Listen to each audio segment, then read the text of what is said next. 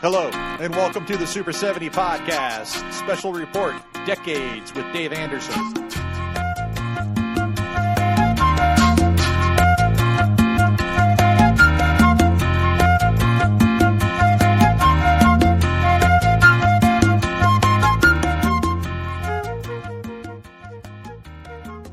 A couple of months ago, Dave and I were drinking and pontificating while recording, and Dave challenged me on a thought process. I am an unashamed and huge fan of 1980s cinema, and I think the decade itself is maligned with some unfair characterizations. So I put it to Dave that if you took a year, any year of the 1980s, and matched it with the same year in any other decade, you'd have to pick that year hands down. The year I chose was 1984, and so that meant that we had to compare those films with films from 1924, 1934, and so on. I knew that I was asking for trouble because 1984 is outside the 50-year stint from 1922 to 1962 that is generally associated with the golden age of Hollywood. The 60s is when the threat of television finally broke through and the Great White Flight into the suburbs permanently damaged theater exhibition. But as Dave pointed out, the greater threat was the auteur movement in 1974 and the indie movement in 1994. Before we get into this, we discuss the career of Michael Powell and Pressburger, the director and screenwriter of such hits as The 49th Parallel, The Life and Death of Colonel Blimp, Black Narcissus, and The Red Shoes. Is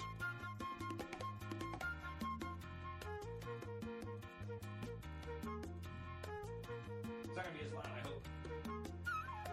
No. It won't be as loud. So I had some follow-up questions about Powell and Pressburger. Because, honestly, I had never heard of them until I met you. Okay, and I'll admit I'm not an expert. So if any of my answers are below par, it's the beer's fault. It'll be because of that. I just read 3 books on Powell and Pressburger. So okay, before you start, though, have you tried the beer yet?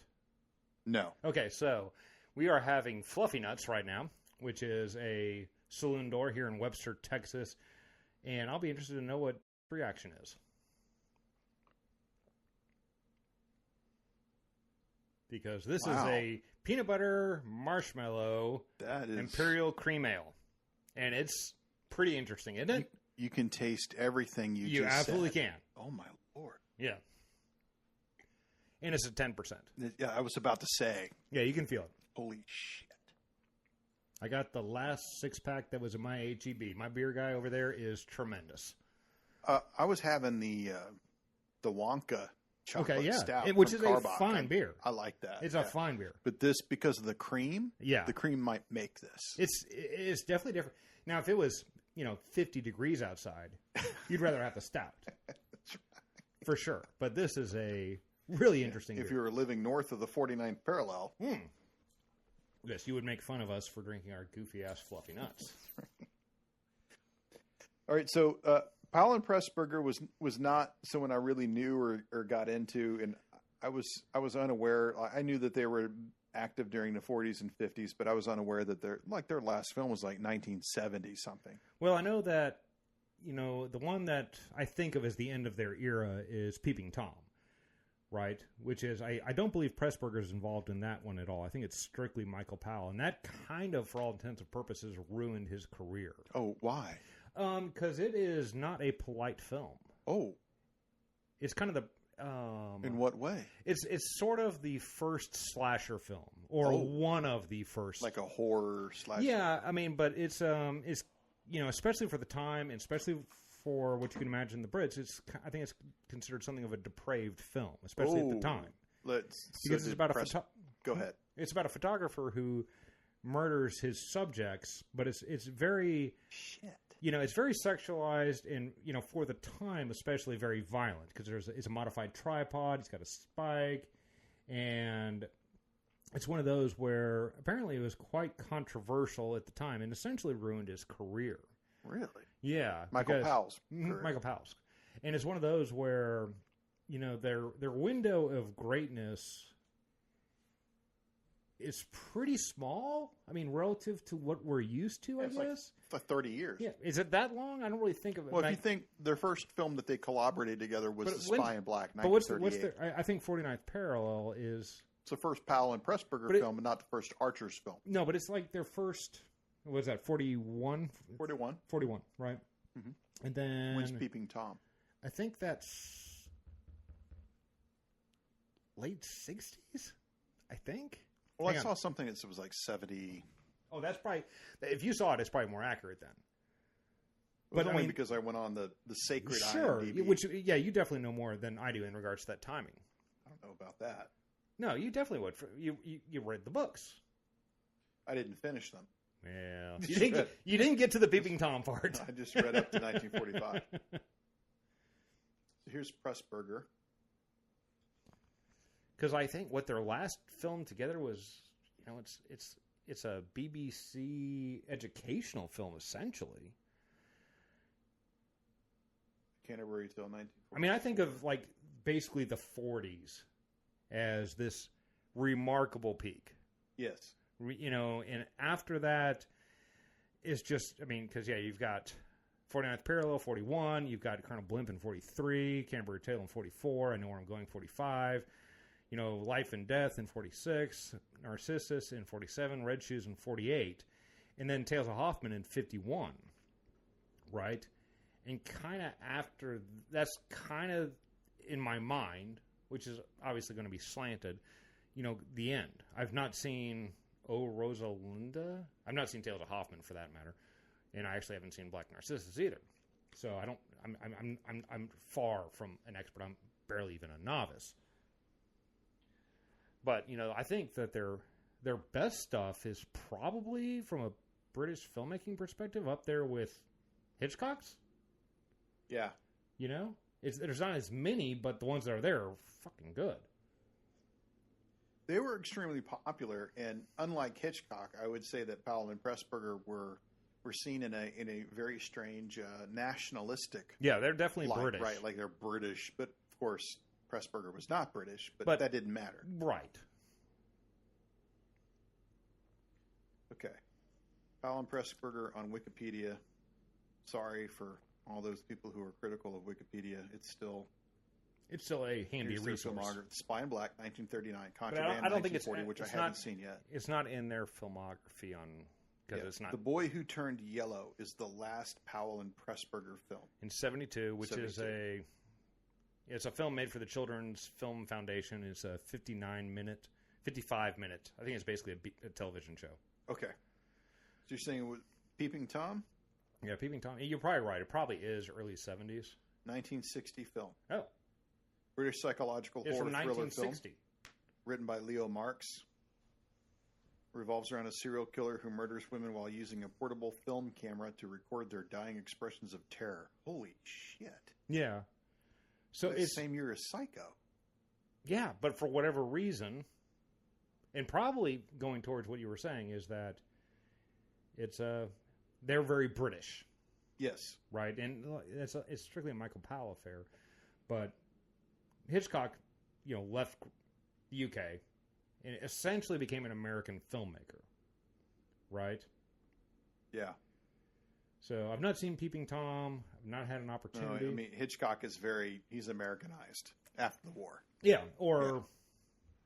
He just is. Yeah. And I mean, but independent of one thing or another. Well, people refer to it as his British period and his Hollywood period. Yeah, exactly. And it's one of those where I guess the Archers never got an American period. Right. Which is probably by their choice.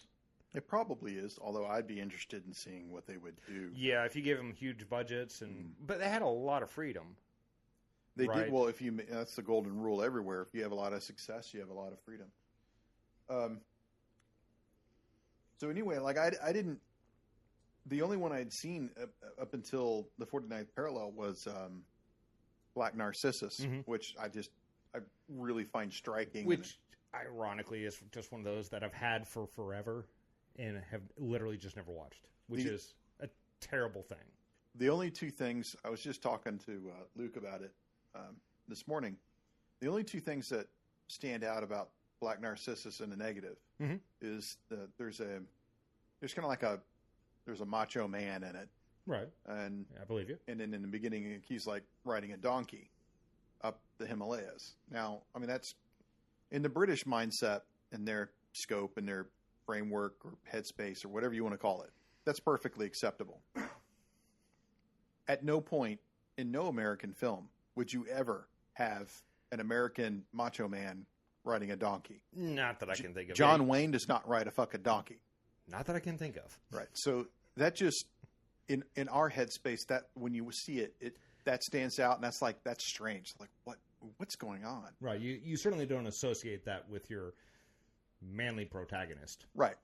So the other thing is, because it takes place in a convent, and Deborah Kerr is in it. Yes. And she's amazing. It's a nunnery, a lot of nuns, and sometimes it's who's speaking, because none of their hair is showing. Right. So you don't exactly know. They're almost anonymous. Right. By design. Unless it's Deborah Kerr. And then you know, okay, that's Deborah Kerr. That's Mother Superior. Who's this other? There's too much going on. It's not like, I don't know if you've seen A Nun Story, Boris. No, I have not. That's got Audrey Hepburn in it as a nun. Everybody knows who the fuck Audrey Hepburn is. Yeah, she's pretty identifiable. So, but go on. That's okay. So you weren't real familiar with him, but I mean, it's one of those where, I mean, we've known each other for 25 years? Yeah, something like that, yeah. So, I mean, I just kind of stumbled across him as opposed to being a teenager really knowing them. Well, right, yeah, and that makes sense. And really, the person who has popularized P&P the most since the 90s is Scorsese. Yeah. He has, now, and I shouldn't say the only reason, but it's very common knowledge that his editor, Thelma Schumacher, married Michael Powell. I think it was his third wife. Third or fourth, you're right, yeah. Right, and he was he knew Michael Powell for probably the decade before Powell passed away. So there's a direct imprint, and he's been their champion. And when it comes to specifically when it comes to Colonel Blimp, Scorsese was the one who he drove the restoration. Right, and it's a good thing that he did. Now I'd like to jump into. We've already spent 2 hours on the 49th parallel. Yeah, so our conversation on there is it's probably done, spent. Right, Colonel Blimp. Like I saw your Letterboxd review. Huh? I'm actually surprised because you were not that enamored with it. And that just seems to like it would be my type of movie. Right. That's why it was kind of surprising. And I had to exercise a lot of patience with that. And it really, I was thinking about it this morning before you came over. Like, how do I describe that to the audience? And I was thinking, well, 1943, it looked like Citizen Blimp to me. Okay. It looked like, we're going through this man's life. I mean, I understand what Powell and Pressburger were trying to do. I completely get that. Right. But what part of the execution just didn't work for you?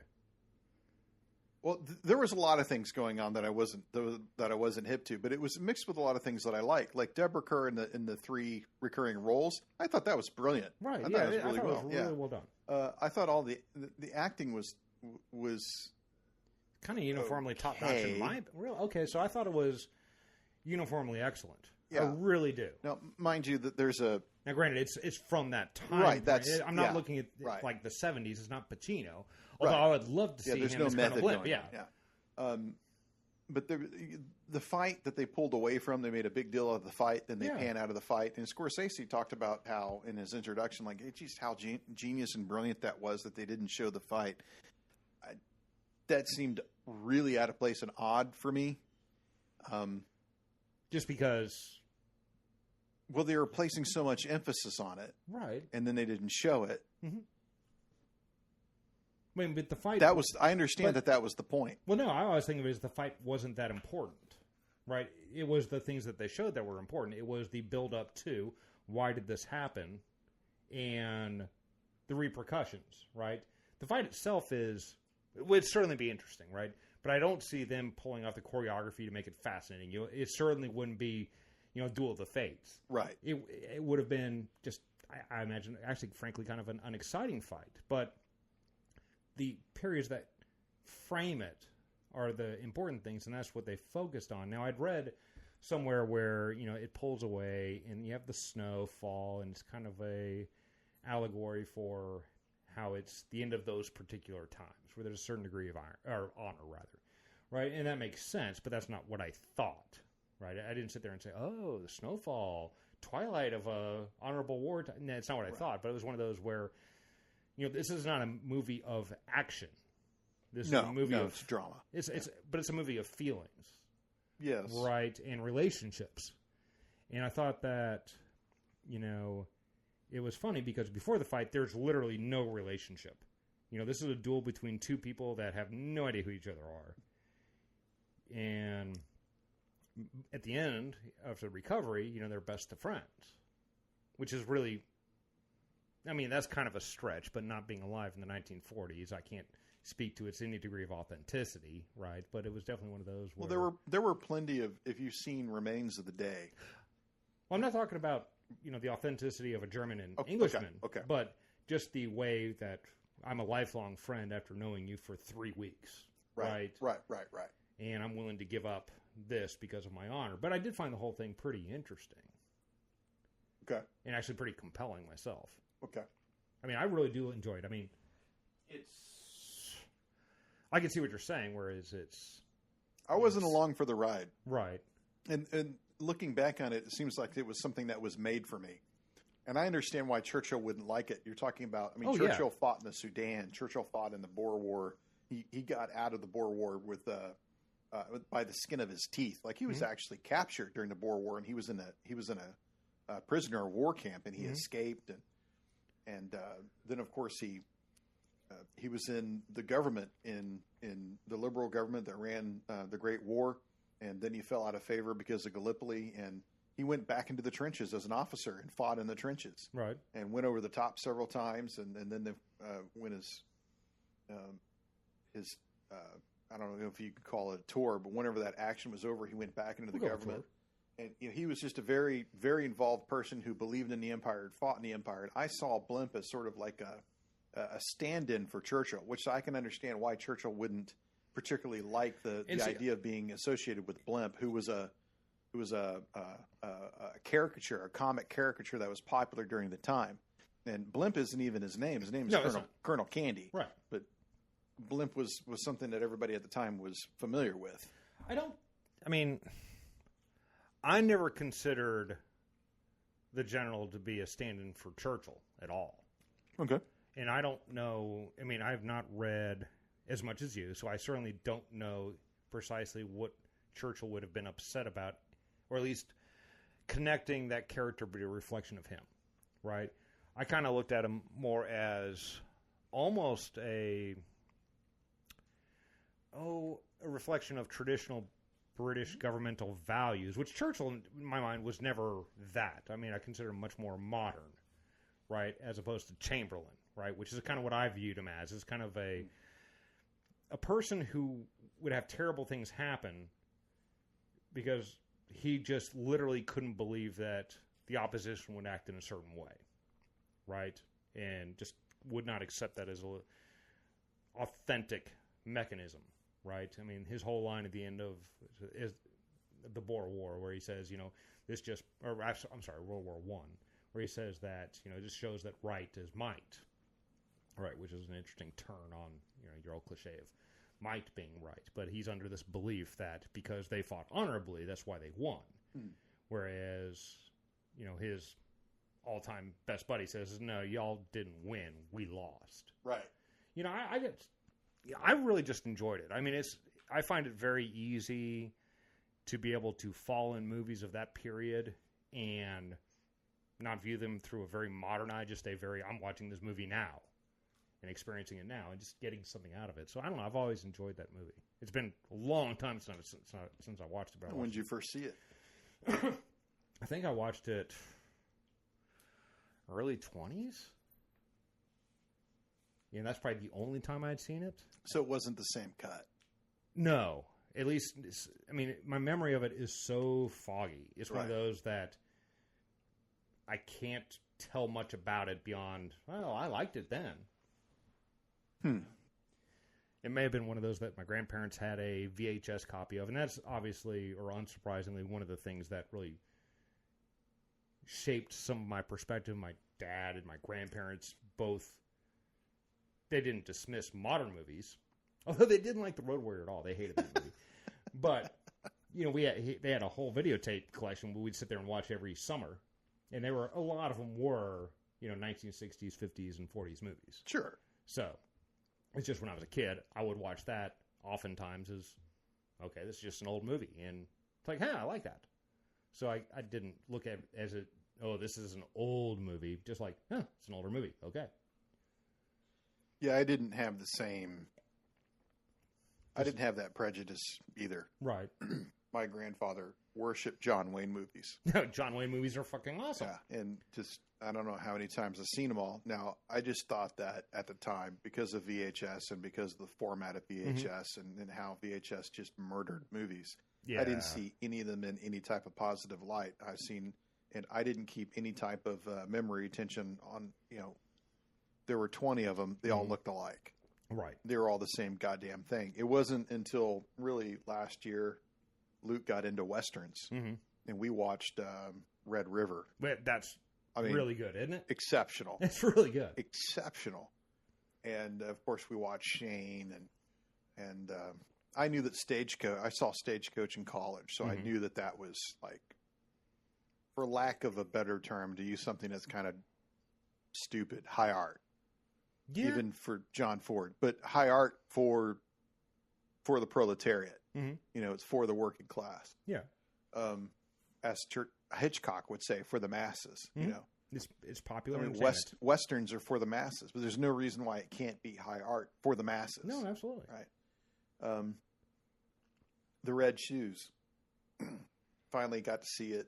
Which, full disclosure, it's been about the same amount of time since I've seen that. Okay.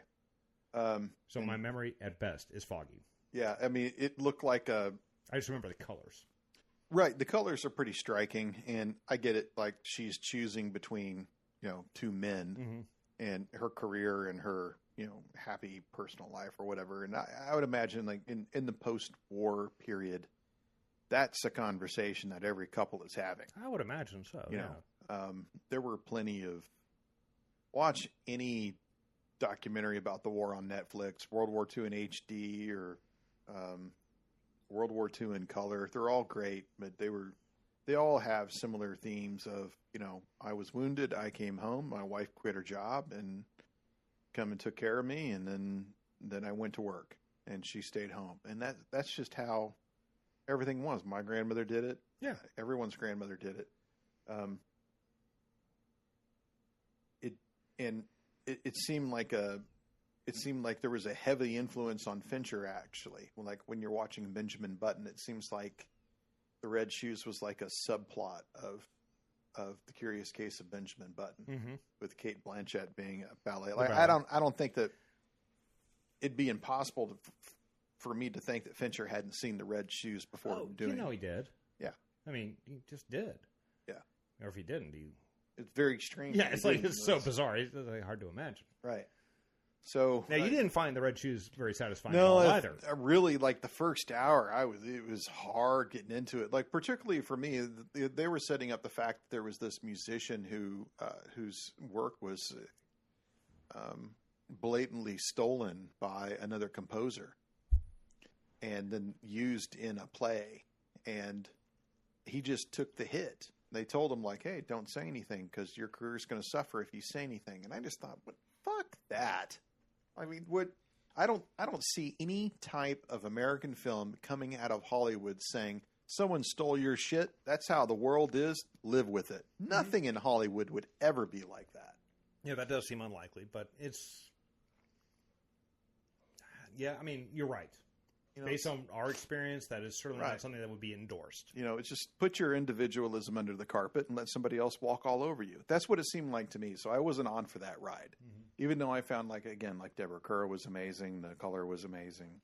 And it was the same. It's kind of like White Swan, where Vincent Cassel played the ballet director. And he was such an ass. Right.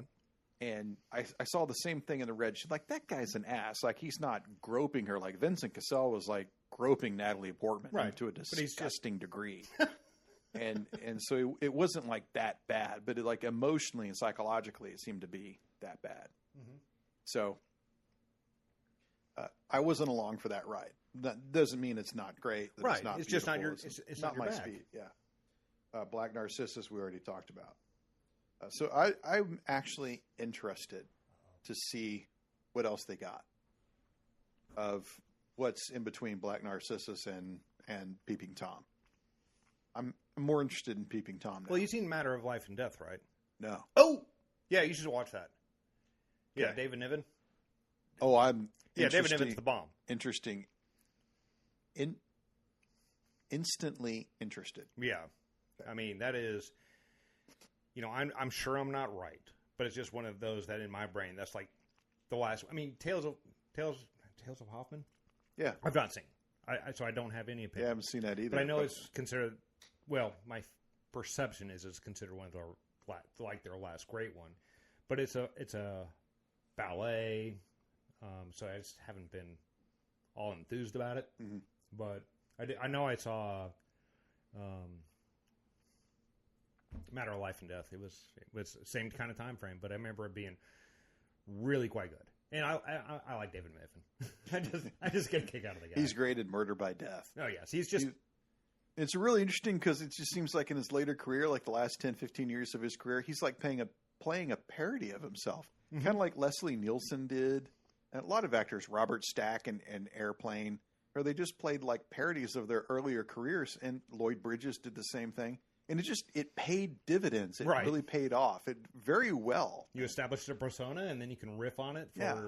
It would have been nice if Charlie Chaplin were able to do that, or Gary Cooper. Right. Or, God, it would have been great. Cary Grant would have been awesome at doing something like that. Yeah, but Cary Grant was always walking a thin line between himself and a parody of himself, That's right? True. Yeah, sure. I mean, there's lots of movies where he is essentially a parody of himself. I mean, North by Northwest, he's almost a parody of himself. He keeps getting mistaken for someone else. It's like, who would mistake Cary Grant for anybody? That's right. It's kind of absurd. Wouldn't you know Cary Grant? It's like it's just weird. Yeah. No one's mistaking Audrey Hepburn. Fuck no. No, that's not happening. That is definitely Audrey Hepburn. Mm-hmm. It's hard to think of that, of Cary Grant. Okay. One of our aircraft is missing. You were not a fan. I was really surprised. No. 2.5 stars. I tried to make it clear in the Letterboxd review. It wasn't that I wasn't a fan. I thought it was perfectly serviceable and unremarkable, right?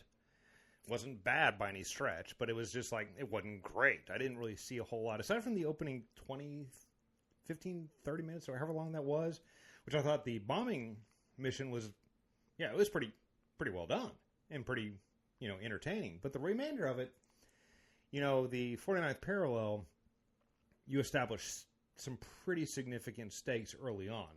There's a threat to the Canadians, and then there's correspondingly a threat to the German crew. And it's not like you're rooting for the German crew, but you're not sure what's going to happen with them. There's these, events that cause members of their crew to, they get smaller and smaller.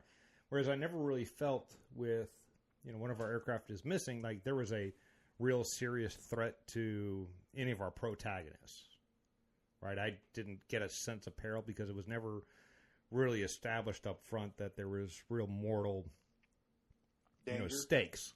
Right, if they'd have had one or two crew members die in the beginning or get captured, maybe it's a different way of doing it. But I never. And instead, it was in the end. Well, you had the one guy that was missing for half the movie, right? But and then he's a soccer player, right?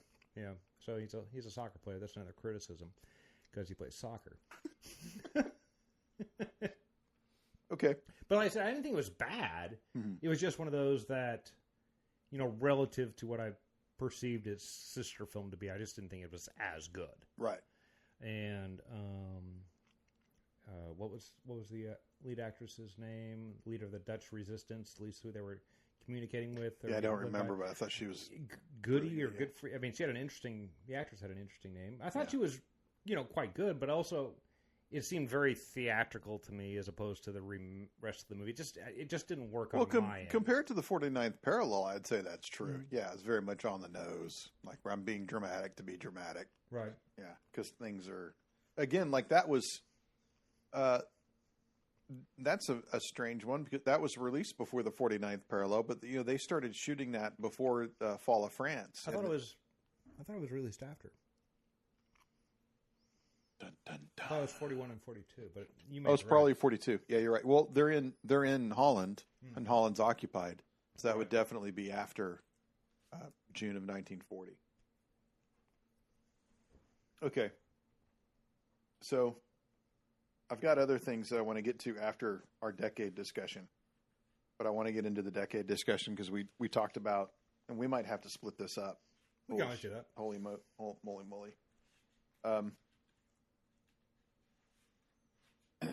But you and I talked about, I don't remember if it was, I think it was in Galveston, of, we're going to go 1994, 1984, 1974. Yeah, there was I don't know why we went down that path, but I think it was like a challenge. I'm willing to bet that 1984 was like the greatest year, decade by decade. And I think you're very quite wrong. Right, and that was your point. That was my point. And, right. But I don't know why it was 84. Right? I just chose a random year. Okay. There was no real point to choosing that year, but I was like, if you took 86 and 76 and 66, and then you would come the way. So absolutely, yeah. So I did some research, and keeping the context here of the golden age of Hollywood from 1922 to 1962, which is generally when people describe to it. We're very much unfamiliar with the popular sentiment at the time, and all we know is our research. Mm-hmm. This is why Eric Rentschler went into old folks' homes in Germany in the 1980s and asked, what movies were you watching? So It was a complete disconnect from the movies that he was reading about, which is what all the scholars were saying, right, were important films. Well, not to the people who lived at the time. Right. So I went year by year by decade. So starting in 1924, America by D.W. Griffith was the highest grossing film, a Revolutionary War film that was edited in with a love story. Greed by Erich von Stroheim, which really surprised me, was a very popular film, despite that was the 24-hour film that was massacred and cut down to like 90 minutes or something. And everything's been lost. The Last Laugh by F.W. Murnau, which a lot of people talk about now, which was popular in Germany at the time. The Marriage Circle by Ernst Lubitsch when he was doing his comedies.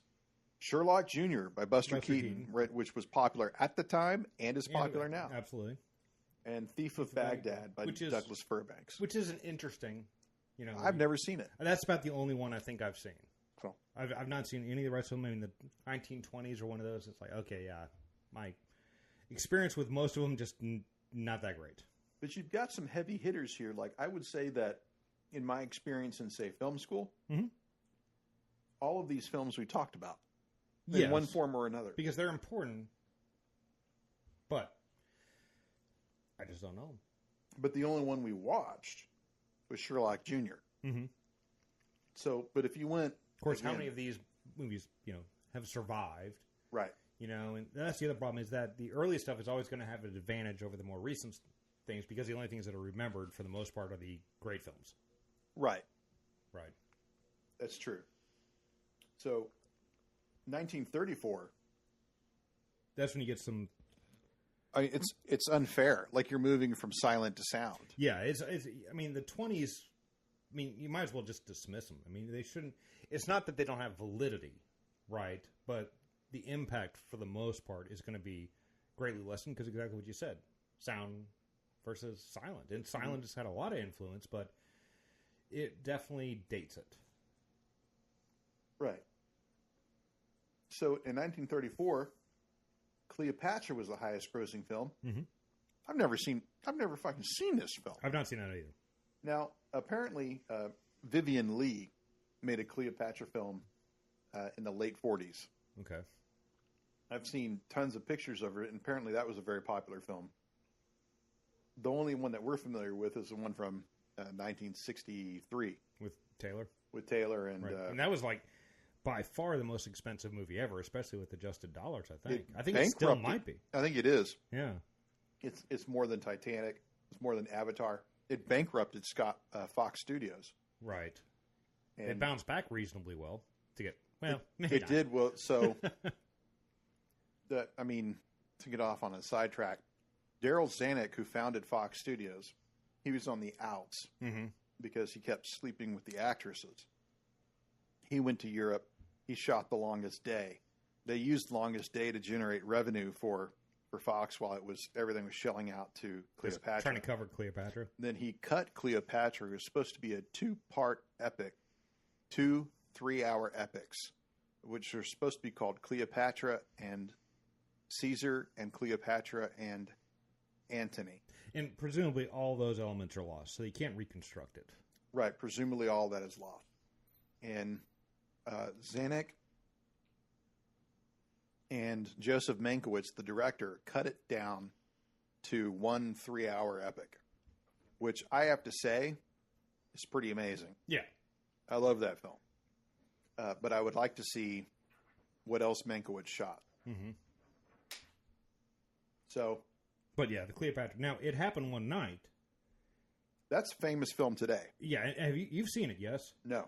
No, I did. Sarah and I saw it like 20 years ago. Yeah. I mean, that one I actually find... And that swept the Oscars. Yeah, and that's just a damned entertaining movie. I mean, I could see why it would be so popular. The Scarlet Empress.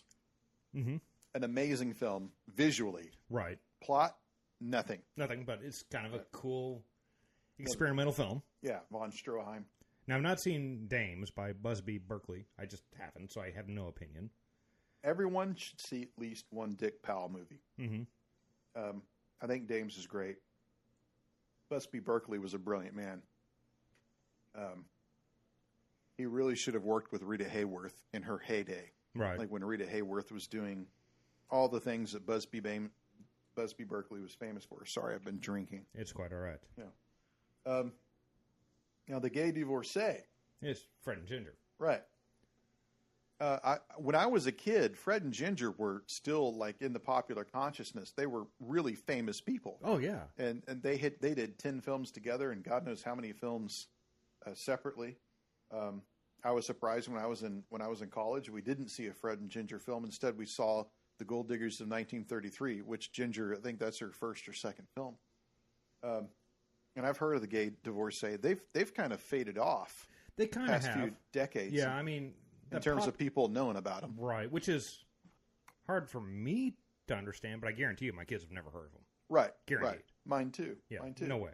But I mean, to think that there was ever a time where Ginger Rogers wouldn't be known, right? Like My Lord or Fred Astaire, or Fred Astaire. Yeah. Of course, my daughter had never heard of. Now I'm totally brain locking. Singing in the Rain. Bing Crosby? No.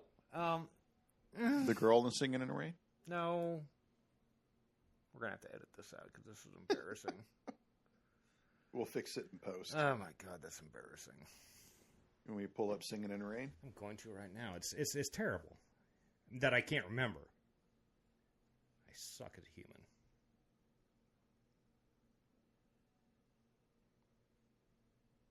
Gene Kelly. Oh, yeah. Because I'm a dipshit. Oh.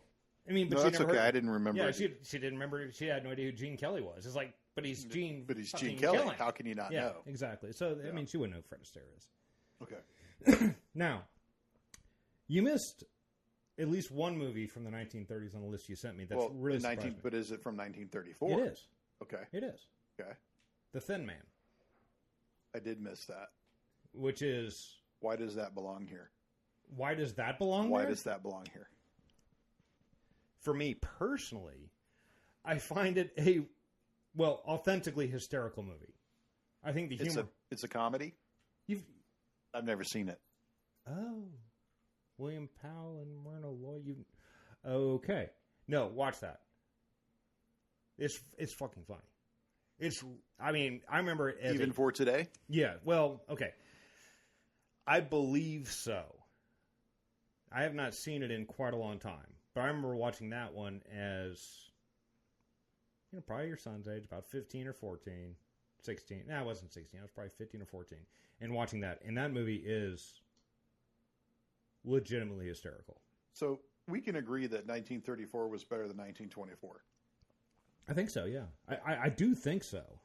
Okay. But it was really when you get to 30 or 44 and 54, which stuff really starts expanding so much that we remember it. Right. So 1944, the highest grossing film was Going My Way by Bing Crosby. I found that surprising because I had actually read, and I told you about it before, how I had read somewhere where This Is the Army, starring Ronald Reagan, was the highest grossing film of 1944.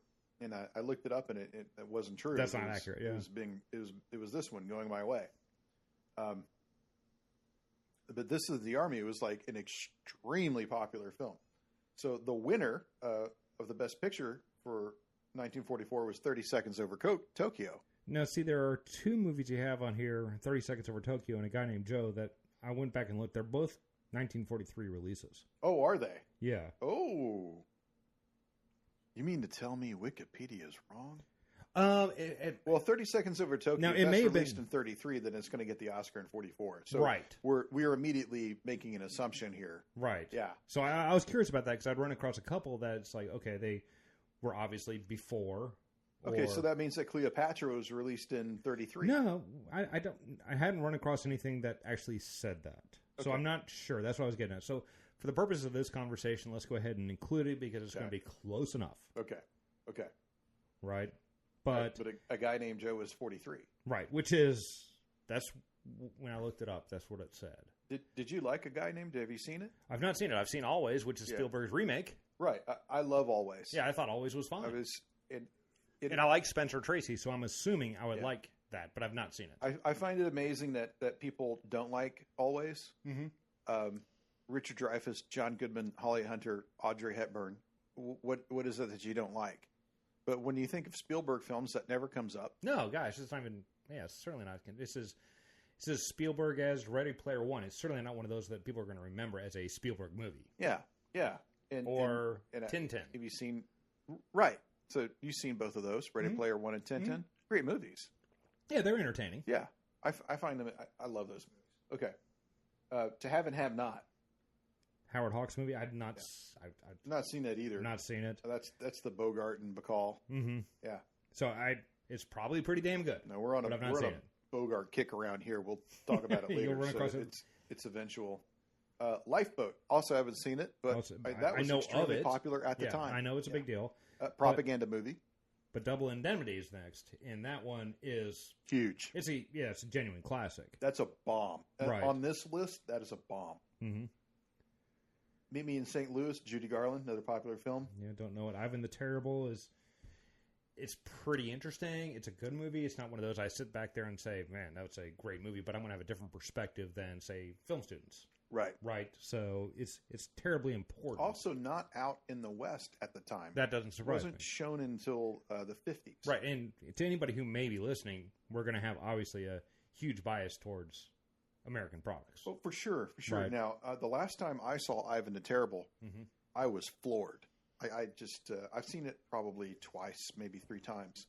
And the only, that's the one that everybody pulls when they're making documentaries on the History Channel. Right.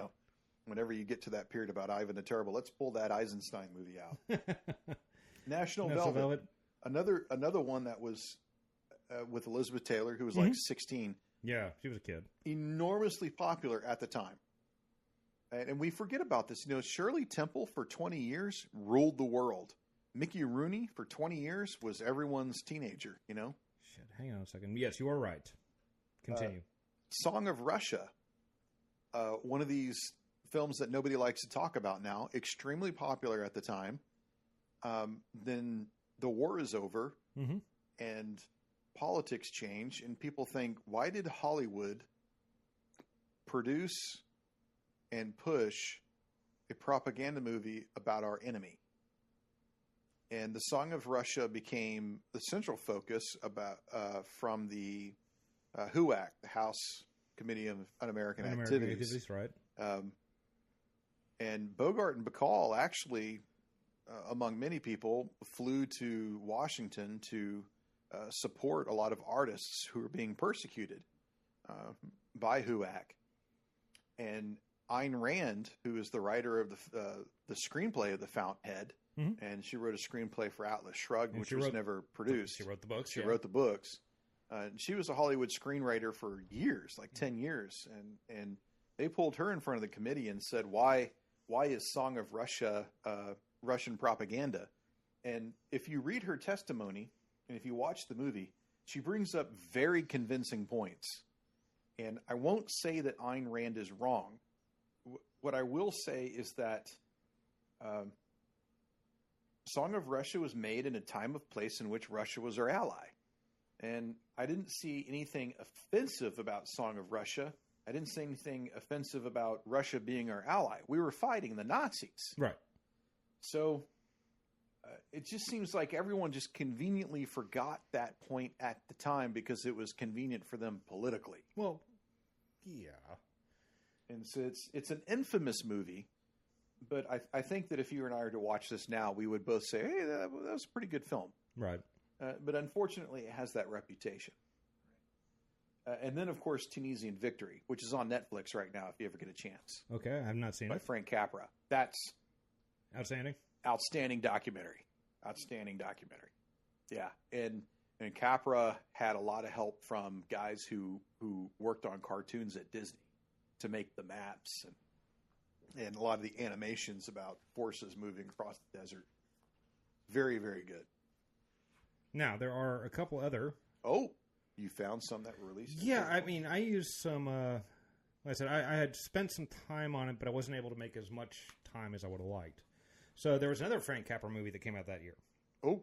That's actually, in my mind, more well-remembered. And that's Arsenic and Old Lace. Never seen it. Oh, that's funny. That's good. I enjoyed it. Comedy? It's a comedy. Oh, yeah, it's very funny. He did that in Hollywood? Hmm?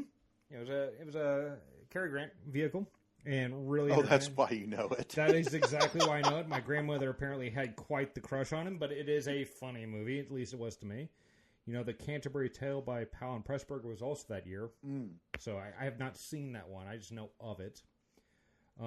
Gaslight, which of course is famous for this overused phrase of gaslighting. Right.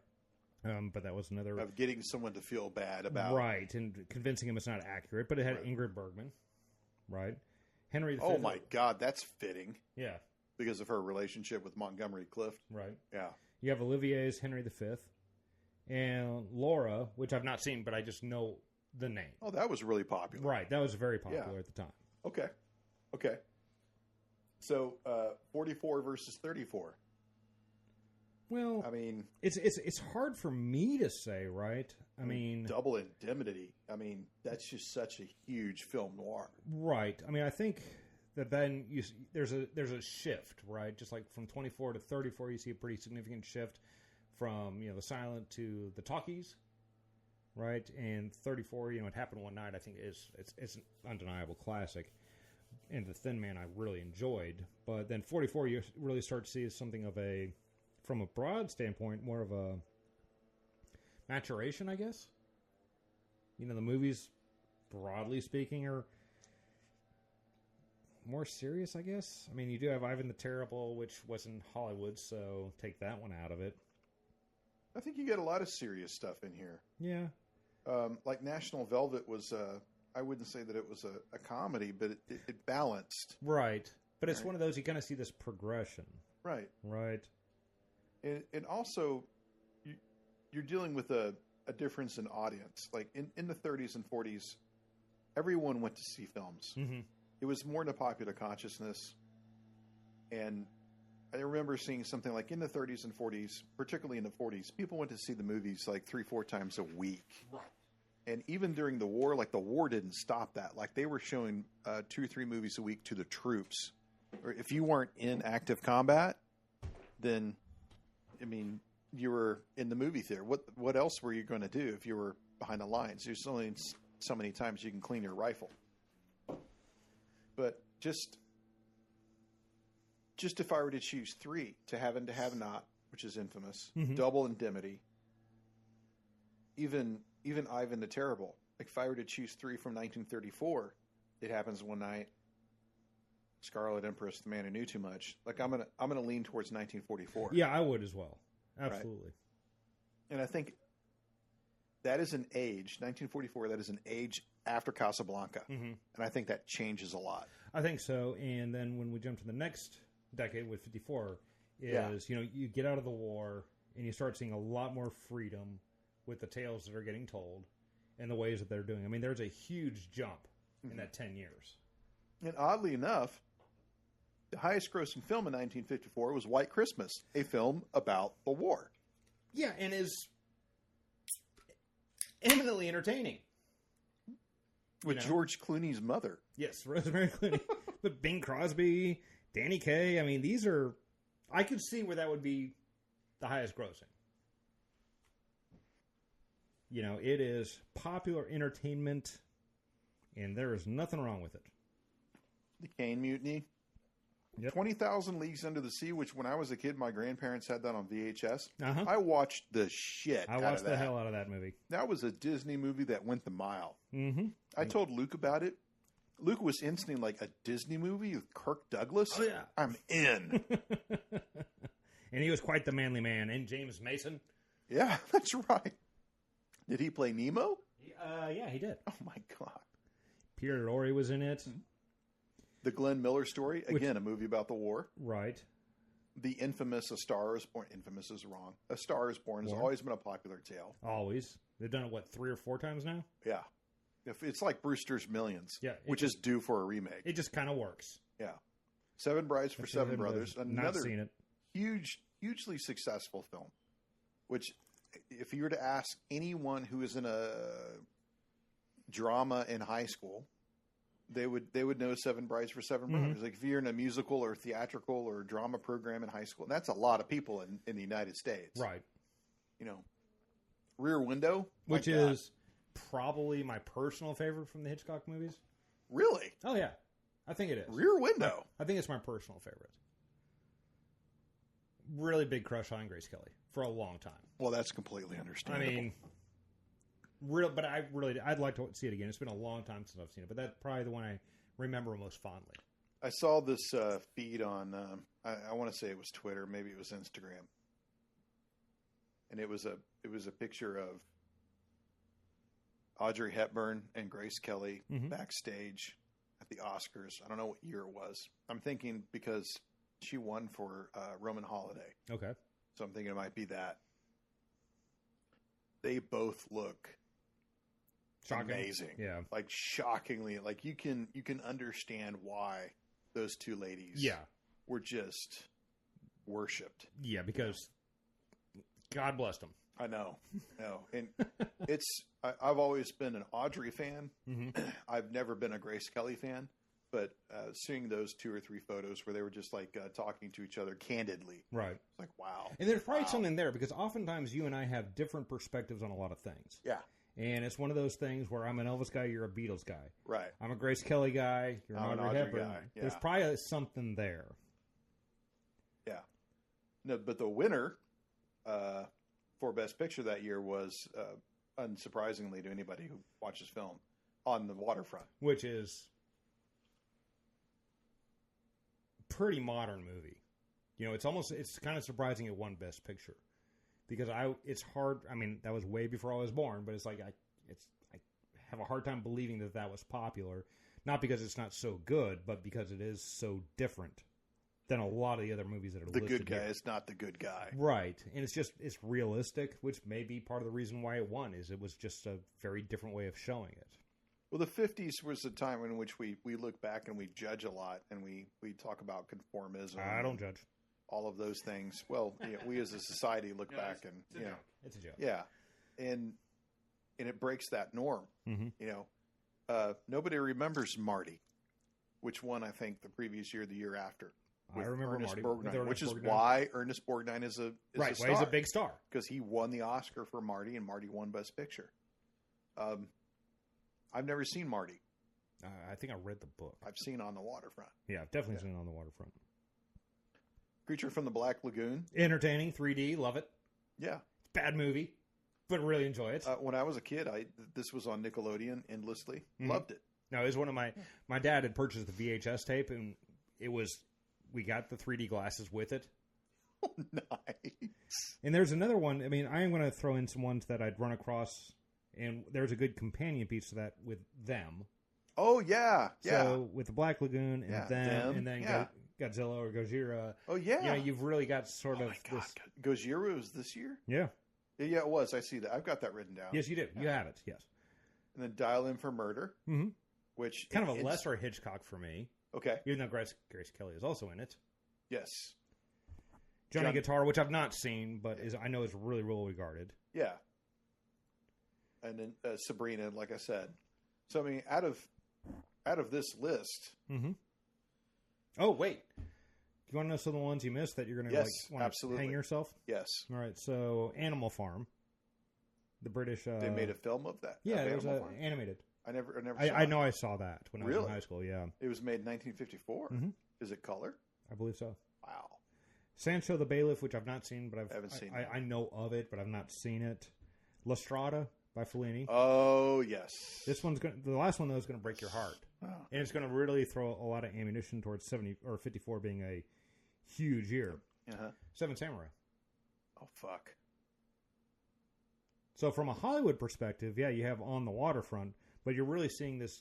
Oh, well, that just you're seeing a lot of the international. Seven Samurai just kills everything. Yeah, I mean it's that. I mean that blows 1944 out of the water. It kind of does lean it that way pretty heavily. I mean, because that destroys double indemnity to have and to have not. It really, it's pretty strong. Yeah. I mean, just as a single film, right? Is it the best movie of that year? I don't know, but it's definitely the most well-respected and best remembered of that year. Well, see, the thing is, like, I'm a fan of Sabrina, and I think we know why. You remove her from Sabrina, what do you have? That's the problem. Right. You have to think of it in that context. Godzilla is a great Japanese film, period. Yeah. You don't need Raymond Burr recut into it. Oh, it's just a great film. It's better without him. The Japanese version is much better. It's far superior. Like I said, I have a personal affinity to Rear Window, but is it as good as Seven Samurai? No, no. 20,000 Leagues. I got a lot of nostalgia for that. Seven Samurai, no question. Yeah, that's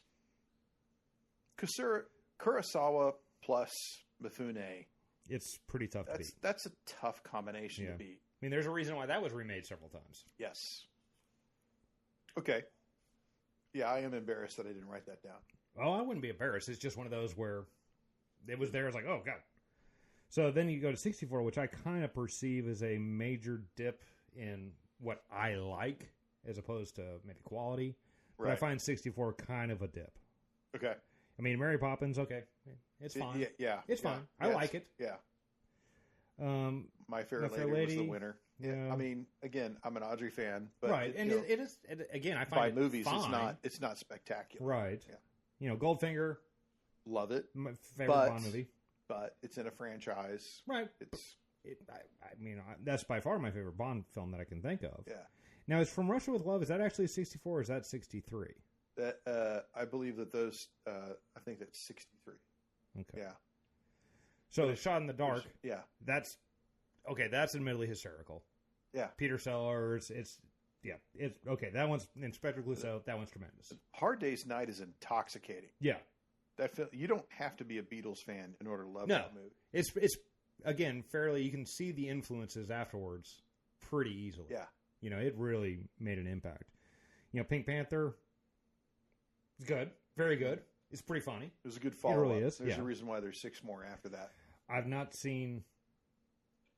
Top Copy is good. I've not seen it. It's a madcap caper. It's not great. Right, but it's entertaining. Beckett was a huge film production with a huge audience. Peter O'Toole, Richard Burton. It was supposed to be, 2 Englishmen acting at their height about a medieval topic. Like this was supposed to be, and nobody's seen it today. You know, at the time, like I see these pictures. If you Google Peter O'Toole, you will see not just Lawrence of Arabia, but probably after Lawrence of Arabia, you'll see pictures of Peter O'Toole standing in front of a marquee that says Peter O'Toole in Lord Jim. Never heard of it, never seen it referenced. No book I ever read, nothing I ever watched. It says Peter O'Toole and Lord Jim. Made a lot of money that year. Right. A lot of people saw it. Nobody remembers it. Now, 7 Days in May, I watched in high school. And that was should be, I would say, mandatory viewing in high school. And not to get too political, but, we've got a president right now who says, well, I don't promise that I'm going to concede this election. And I'm not saying that we're going to get into a situation like this. Mm-hmm. I'm just saying that just the idea of having a president say something like that puts a movie like this back on the map. Mm-hmm. Now, this was remade in the 90s. And, God, what's his name from Law and Order? Sam Waterston played the president, mm-hmm. and Forrest Whitaker played the Kirk Douglas role. And it was in color, obviously. It was in the 90s. It was really good, but it was not 7 Days in May. And it had a different title. And a lot of the dialogue was absolutely the same, like it was lifted. But that Kirk Douglas, Burt Lancaster, I don't remember who played the president. I just thought that was a fantastic, like 12 Angry Men type of Sidney mm-hmm. Lumet, almost a television type drama that was very effective. And it still resonated to me, even as I was in high school. I was 17 or 18 when I saw that in government class. Like, oh, shit. Wow, well, like, our democracy is fragile. Like, we're relying on everybody doing the right thing. Right. We're expecting people to follow the rules. Right. In the rule book, which is the Constitution. Mm-hmm. Right. But what if it doesn't spell that out? Or what if the court doesn't spell it out? What if Congress doesn't spell it out? Are we just going to go off of what people think? It's a kind of that gray area in democracy is very scary. And I thought this film was very effective. And for 1964 on this list, I mean, despite the fact that you've got Cheyenne Autumn is on here, Dr. Strangelove is on here. Mm-hmm. I would say 7 Days in May and Dr. Strangelove, those are the two that really stand out to me. Yeah, probably. I mean, those plus Goldfinger. Yeah. Just because that's pure entertainment, kind of like Hard Day's Night. It's just pure entertainment. Right, if you're looking at importance, it may not be that. That's fine. But for things that work right now as well as they probably did back then, then yeah, those certainly fit. In regards to the ones you might have missed, there's really not much there. You have Failsafe. Oh, great movie. Yeah, it is. Great movie. But it's not one of those where if you're not a film freak, you probably don't know Failsafe. I saw that, I think in high school. It was on the Encore channel. Right. I think that still had a very good following, in the 80s mm-hmm. and probably into the 90s. Right, but once we got past the Cold War... Well, see, that's the thing. I think that there was... I think for Cold War kids, mm-hmm. like you and me, and we're kind of like the last generation of Cold War kids. Sure, remember what it was like during that. I think those movies will always find a place and always be resonant. Mm-hmm. And I think after the Cold War... that's obviously going to taper off. And it really surprises me because it's not like anything's changed. Right. Yeah. The threat still exists. It really does. I mean, not in like a brinkmanship shooting mm-hmm. war type of thing. I don't know. But definitely, I mean, the threat from Russia is real. And if you lived in Russia, the threat from us is real. And I'm not so sure I trust our, People's Republic of China. Oh, yeah. No, for sure. Yeah. The PRC. And then, separate topic. Then you have Marnie. And I threw Mask of the Marnie Red... was in 1964? Yeah. And the Mask of the Red Death was just because it's Roger Corman. Yeah. No, that's huge for if you're a Cormanite. Right. But it's not a good movie, but, for his place in the so many people worked on that. Went on. It was one of those where, his company spawned a lot of entertainment later. And the Umbrellas of Cherbourg? I can't pronounce that word. I've never been able to. It's a French film, isn't it? Yeah, Jacques Demy and the Catherine Deneuve, who is just Grace Kelly-ish, in my opinion. Like, wow, you're beautiful. But the problem is going to be, no matter what, 1974 wins. Well, so before we move on to 64, I mean, Strangelove has got to be the crown of 64. I would imagine you're probably right for today. Okay. Yeah, I mean, I would imagine, because The Killers it's fun. Yeah. But is it one of those where it's remembered beyond dorks like us? Probably not. Yeah. But Strangelove still, to this day. Oh, yeah. People talk about it. Yeah, no, you're right on that. Yeah. Strangelove is probably the one that's... I mean, nobody's talking about Zulu. Like, I have it on Laserdisc. I've seen it. I like it. Yeah, and I haven't seen it since I was in like probably a freshman. Yeah, you've probably got Mary Poppins and Strangelove. And I saw Mary Poppins a few years ago. I saw Goldfinger this year. But those are probably that'll exist in the public consciousness for a long time. For a long time. If it's a Bond movie, period, it's going to be in a long time. Okay. So 74. So 74 we know that Strangelove was in 64. So 74, highest grossing film, The Towering Inferno. Trash. Which is now on HBO Max. And I'm not watching it. I saw it in the 80s. Is it trash? It's close to trash. I remember watching it when I was a kid. It's trash. I've never seen so much trash in one film. Yeah. It's like 30 actors in that are trash. I mean, yeah, the cast is amazing. The only good joke is they're going to blow the water tanks to put out the fire, which are above the lobby where everybody is. Dean Martin is strapping himself to a pillar. And I think, I don't know who it is. It's another star is coming over and like, you've got to get this glass away from you. And he takes this crate of whiskey and he pushes it away from Dean Martin. And Dean Martin's already tied the knot in his rope. And he's like, no, wait! Wait, David! That fits, yeah. It's the only good joke.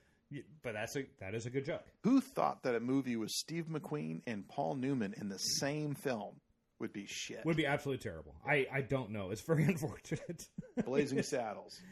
It's really good. I mean, the two Mel Brooks movies in '74 are the only two.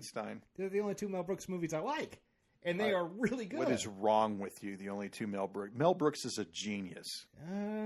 If he had stopped his career in 1974, because he had the producers before then, right? Agree to disagree. What came out? What did he make afterwards that was worth? Well, High Anxiety, which is okay. I've not seen it. It kind of makes fun of it's the a Hitchcock. It's a Hitchcock. Yeah, and The One Flew Over the Cuckoo's Nest. Right, but I mean, I think Mel Brooks. I think unfortunately the latter years where it's Spaceballs and it's Spaceballs has okay. I'm not a fan of Robin Hood Men in Tights. I don't like Spaceballs. I'm just at all. not. But I'm a huge fan of Spaceballs. But the one that I'm really good, which you'll find in the first season, the first decade of the Super 70 podcast, is To Be or Not to Be, the remake of the Ernst Lubitsch film. I like the original. I like Jack Benny. Yeah. Well, everybody likes Jack Benny. Yeah, obviously, Mel Brooks did. Yes. Okay. Earthquake. Earthquake. You ever seen that? No. Don't. I'm not going to. I've got on my notes Charlton Heston, George Kennedy, and many others. Yeah. The Trial of Billy Jack. Yeah, I'm not watching that. I'm going to take the right side of my boot. I'm going to put it on the left side of your head, and there's not a goddamn thing you can do about it. Now, yeah, I've not seen that, so I don't know. But apparently the disaster films were quite the rage. They were huge. They were huge. Airport 1975 with Dean Martin. Yeah. And Charlton Heston. And people. Yeah. But The Longest Yard, which is... Yeah, I can watching that in Deliverance makes me go, oh, I know where Burt Reynolds was famous. Yes. You know? Yes. But it's not something that's outstanding. No. The Life and Times of Grizzly Adams. Yeah, Huge audience. No, thanks. Nobody even knows about it. Yeah, no thanks. Murder on the Orient Express. Big one. That's... Had that fantastic cast. Phenomenal cast. It was like a towering inferno that worked. That was good. Yeah. Right? Yeah. The Winner, which is probably the one everybody talks about. Godfather Part 2. Mm-hmm. I mean, that's got to be the hammer. No, it's not. It's not. It's close. It's not. Is it Benji? It is not. Well, actually, okay. So Godfather Part 2 is definitely the hammer. Okay. Right? Okay. But you have one that there's like 3 movies that I'm amazed weren't in your list. Okay. So and it's one of those that makes 74 all of a sudden. It's like, oh, okay, that wins. Okay, a quick list before we get to that. Absolutely. Okay. Bring me the head of Alfredo Garcia. Which, if you're a Peckinpah guy, is great. If you're not, it's who cares. The Conversation. Yeah, brilliant. Exactly. It's amazing. Daisy Miller. It's Bogdanovich. It's worth seeing. Death Wish. It kind of kicked off a whole subgenre, right? F for Fake. I've not seen it yet. Brilliant. I know you love it. Yeah. Foxy Brown. Love Pam Grier. Yeah, it's like... I haven't seen it. But when you start getting to these, it's like, well, even if you don't have seen it, because I haven't seen it either, but it's like, I recognize that as important. So you've got a lot of hits here versus 64 versus 54. You've got a lot of... And this is where we get into the point of... And even we're just living in an older era. Right, and I think that's also where trumps 84 is because you have a lot of, this subgenre began at this point, right? That's a good point. Where these ones in the future wouldn't exist without these. I think what you're right there, particularly like in documentaries, we have Hearts and Minds, which won the Oscar for Best Documentary. Right. The Night Porter, another brilliant film. The Taking of Pelham 1, 2, 3, which we talk about 70s cop drama, which has been remade and parodied by the Beastie Boys. You got Sugarland Express. You got Spielberg's Kickoff. Yeah. You have your... Zardoz. I can't believe I'm not watching Taking Acid Zardoz. Yeah. All right. But so you were saying the one that I missed. Yeah, you've got several, and I'm going to go... You're going to embarrass me. I'm not going to embarrass you. It's just one of those that, time, everything else, right? You just don't, whatever. So you have a weird one that gave me nightmares as a kid, which is Brian De Palma's Phantom of the Paradise. Oh, never saw it. I saw it as a kid, and it freaked me out to no end. You have what's probably one of the bottom 5 Bond films, Man with the Golden Gun. I probably didn't put it on that list for a reason. Yeah. Understood. You've got Cassavetes' A Woman Under the Influence, which I hear that's good. But I understand that is very important. Yeah. You have The Parallax View. Oh, yeah, that's a good one. Right. Yeah, I like that one. All right. So despite the ending. These are the ones that I think, all are notable. Okay. All right. So Lenny by Bob. Oh, yeah, with Dustin Hoffman playing Lenny. I don't think I enjoyed it. I watched it in college. I didn't enjoy it, but it's definitely a groundbreaking type of film. Okay. Alice Doesn't Live Here Anymore. Oh, yeah. Scorsese. All right. So this one's... The last one is the one that makes you go, oh. Chinatown. Oh, fuck. Yeah. It's like when you have Chinatown, Godfather 2, Blazing Saddles, Young Frankenstein. Oh, that blows 64 out of the water. It's like, oh my gosh, it starts to get a little bit absurd. That blows 64 The Conversation. Yeah. That's and another one. No, that's 1974. No, we are in 74, right? Yeah. Chainsaw Massacre. That's Tobe Hooper. Yeah. I'm impressed with Chainsaw Massacre, but it's one of those that I wouldn't put it in. Yeah, but it's one of those that indisputably started. Oh, for sure. Movement, right? There's no Poltergeist without Chainsaw, right? And without Poltergeist, you don't have an industry today. Yeah, I mean, would Halloween exist without it? Would Nightmare? It's tough. I don't know, but it is one of those where there's this line in the sand, kind of before and after.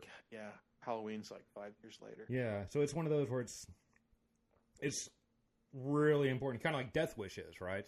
You may not like the vigilante subgenre, or you might, but you can't look at it and say, huh. Well, you've got important films, like feminist films like Ms. 45 from 1980. There's no Ms. 45 without Death Wish. I don't think so. People refer to that as a female Death Wish, and there are people that say that Ms. 45 is 10 times better than Death Wish. And it might be. I've not seen it. Yeah, I haven't seen it either. I've seen clips of it, which are just really disturbing. But that's an Abel Ferrara? Yeah. It doesn't make the most feel-good movies that I recall. No, but I mean, the 70s is full of, this isn't feel good, but damn, it's good. Right. I mean, the end of Conversation, how do you not leave the theater as the most paranoid person ever? But damn, that movie. But it's good. Okay, 1984. All right. This is the one that originally you had declared as potentially. Yeah, potentially the greatest film year for film. Of the greatest film X4s. Year of the fours. But my thesis was, without any research or support whatsoever, if you took 1985 versus 1975 versus 1965, the 80s would win every time. Right.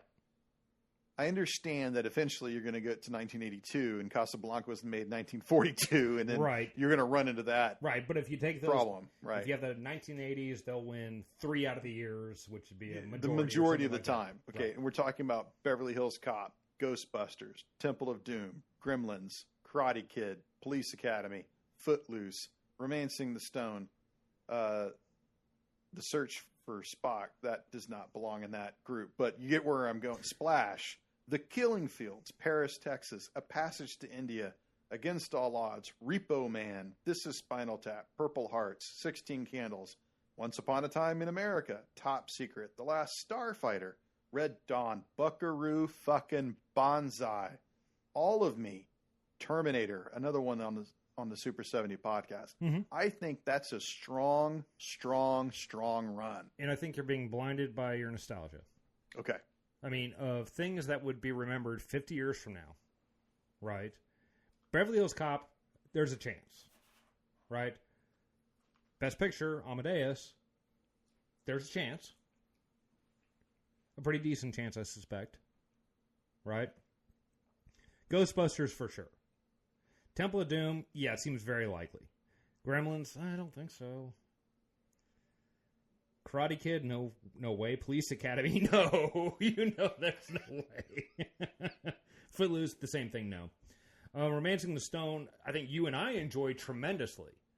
But I don't see it having staying power. Search for Spock, it's an odd numbered Star Trek movie, so therefore not good. Splash, again, we probably have some degree of personal affinity for it, but is it going to be remembered? I tend to doubt. You know? Killing Fields, maybe. It's important, right? I remember that being a big deal. Paris, Texas, okay, that's... Everybody kind of agrees, okay, that's awesome, right?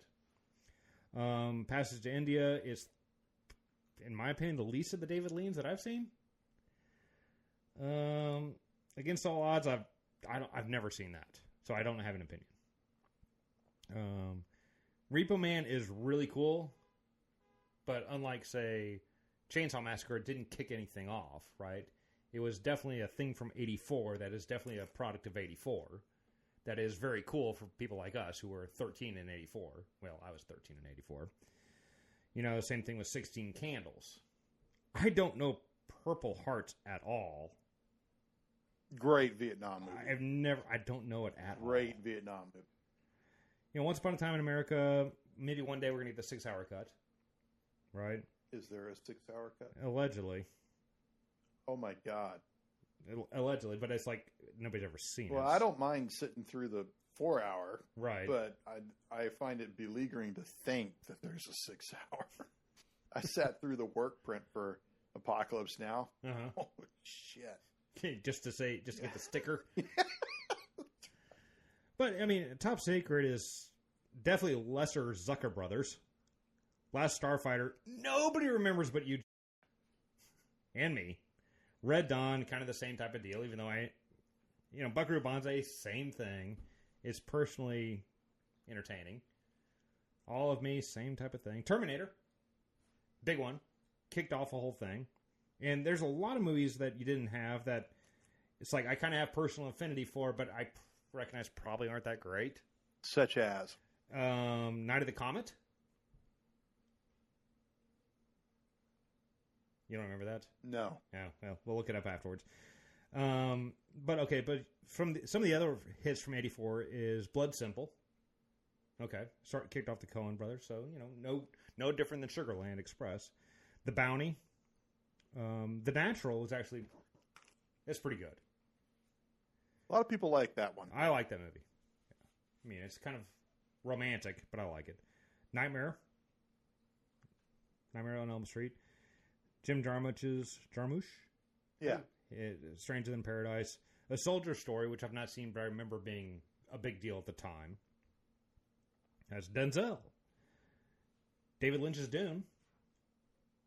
I would not put that on any list. No, but it's something to note. Yeah. Your film Ice Pirates. I fucking love Ice Pirates. You have a Woody Allen, Broadway, Danny Rose. 1984, of course. Yeah. And John Sayles' Brother from Another Planet, which I've not seen, but I know of it. Is that the one with Arnold Schwarzenegger? No, it's got Joe Morton. Okay. So, I mean, even the ones that weren't on the original list, not very many of them are all that critical. Maybe Nightmare on Elm Street. Maybe Blood Simple. I don't know, man. Beverly Hills Cop, Ghostbusters, yeah. Temple of Doom. Probably Amadeus. See, now I don't think that Amadeus, I like Milos Forman, but I don't think that movie has staying power. Purple Hearts, 16 Candles. 16 Candles wouldn't even be released today. No, it wouldn't. It's not going to be remembered except for as a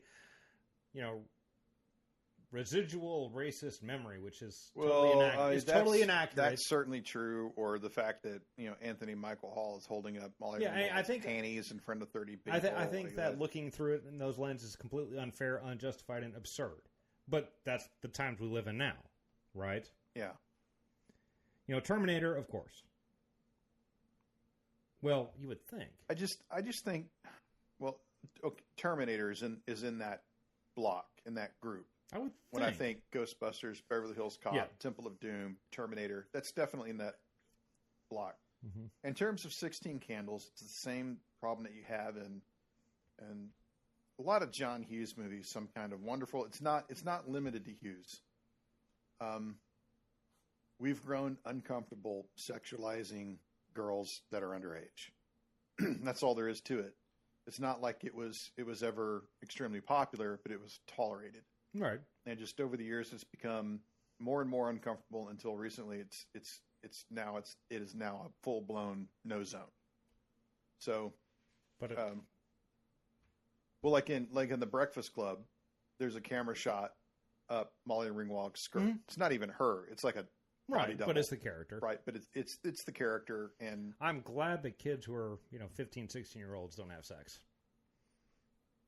Well, there was a time in which it was permissible, maybe accepted is the wrong word. No, but it was something that we acknowledged was happening. Right. There's a wink, wink, nudge, nudge to it. Right. And then now probably more minors than ever are having sex, and we're just ignoring. Oh, I doubt that. Oh, you don't think so? I bet you it's less now than it was 15 years ago. Really? Mm-hmm. Look at the habits of that age group now.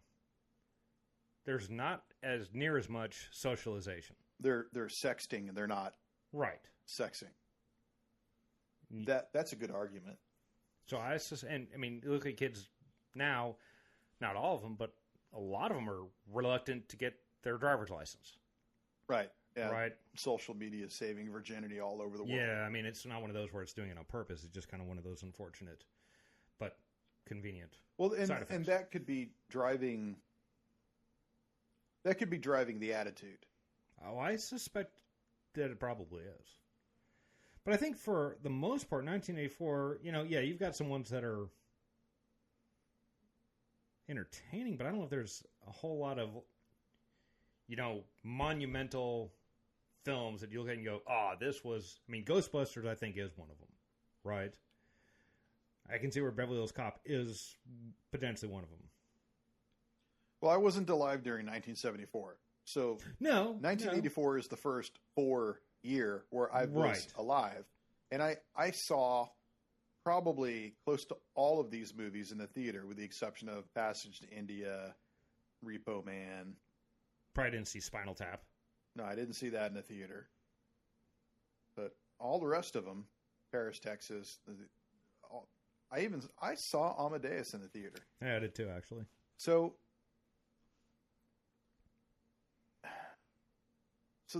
there is a huge difference of now we're in our living memory. Mm-hmm. However, my memory of films that we saw in 1974 is very strong. All of the films that we listed in 1974, with the exception of a few of them, Towering Inferno, Earthquake, Billy Jack, all of those I've seen in the last 10 years. Sure. Except for, Zardoz. I haven't seen that in a while. Yeah. So it's not like those are out of my living memory. No. But there's reasons you revisited them, right? Right. Because they were recognized as important in some capacity. Right. Right. So 84 was, 36 years ago? Yeah, 36 years ago. But as far as there's not a difference in terms of rewatchability between 74 and 84 for me. Right. Even though I was alive for 1 year and I wasn't for the other. Right. Because a lot of the ones from 84, you've got an emotional attachment to. Well, I would say I have emotional attachment to the only difference would be the ones in 74 I saw on VHS. Right. I didn't see in a theater. So that would be the only difference, which is negligible to me. Mm-hmm. Like I saw them, so I saw them. Right. There have been very few times where I've been in a theater and I looked up at the screen, because I've been to so many fucking movies in my life, where I just took a pause and said, wow. Temple of Doom was one of those films. Sure. Where in the opening, when Kate Capshaw comes out of the dragon and there's fog and there's Chinese girls dancing all around, I just said, it's pretty damn impressive. Now, if I look back to 1974, even on videotape, I can't say that there's a moment in any of these films that rivals that. I mean, even in The Godfather Part 2, which is the montage, which is filled with fantastic moments. Yeah, amazing imagery. I've seen The Godfather 2 on the big screen when they re-released it. Luke and I saw it last year or the year before. And it was amazing. Mm-hmm. But I didn't feel the same way as I did watching Temple of Doom. That's how old were you in 84? 9.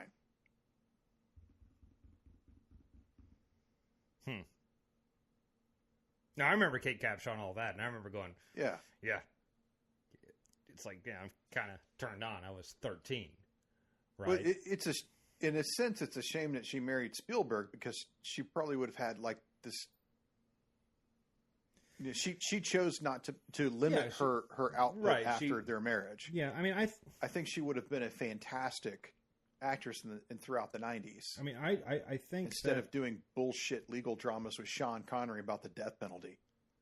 Just my take. Suck it, Trebek.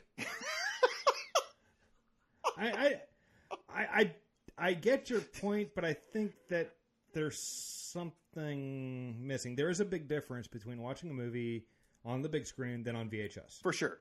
So I do think that, if you were to take a poll of, using air quotes, film scholars now, yeah, there's not going to be near as many in 84 that are evaluated. Look, any film scholar you ask, Ali Feeds the Soul is going to eat the shit out of Against All Odds. Right. But let's just take something that's not, like that, right? But Daisy Miller over Repo Man? Sure. Murder on the Orient Express over Karate Kid, Police Academy, Footloose. Sure. I mean, Romancing the Stone is really entertaining. It really is. But, I don't know. I see your point. Your point. For mass popular entertainment, Romancing the Stone is really, really, really good, right? Is it better than Blazing Saddles or Young Frankenstein? Kind of its parallels from just broad popular entertainment? I don't know if it's better or not, but I don't think it'll be as remembered. I mean, Romancing the Stone is, like I said, really entertaining, but it's, to a certain degree, a Indiana Jones knockoff. I think Beverly Hills Cop, Ghostbusters, and Temple of Doom, or Terminator, those three, will be more remembered than everything on our 1974 list except one. Which one's that? Godfather Part 2. In Chinatown? I think Chinatown is fading, man. In the popular memory, I think it's fading. Like, I hate to say that. Maybe. You very well might be right. But and to me, I don't think that makes particularly a lot of sense. Well, I don't know if it makes sense or not. Well, just because of what it says about corruption in our society and our tolerances. Yeah. For underhanded bullshit. And I think I would like to think that Chinatown is always going to have relevance. And it always will to some people. Right. But it's so hard to say because things are so fractured now, right? That with the YouTube and all the streaming services, etc. It's really hard for me, when it was Channel 13, ABC 9 at the movies. Yeah. Different, obviously. Yeah, but Luke and I watched it a few months ago, and Luke was just aghast. But you're outliers. He was absolutely floored, right? Right. But I just don't. Who's going to keep watching it? Who's going to choose that over Ghostbusters? That over Terminator?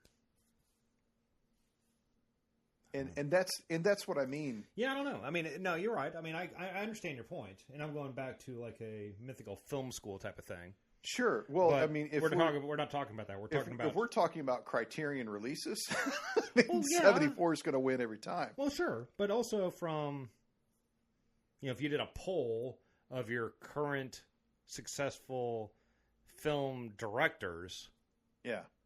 You know. Well, so here we are during a pandemic, and they're doing a lot of re-releases. You know what was in the theaters last month? Police Academy. That Karate doesn't mean Kid. it's good. Gremlins. It's probably a cheap rental for the theater. Oh, that's certainly true. 16 Candles. Luke went to go see it.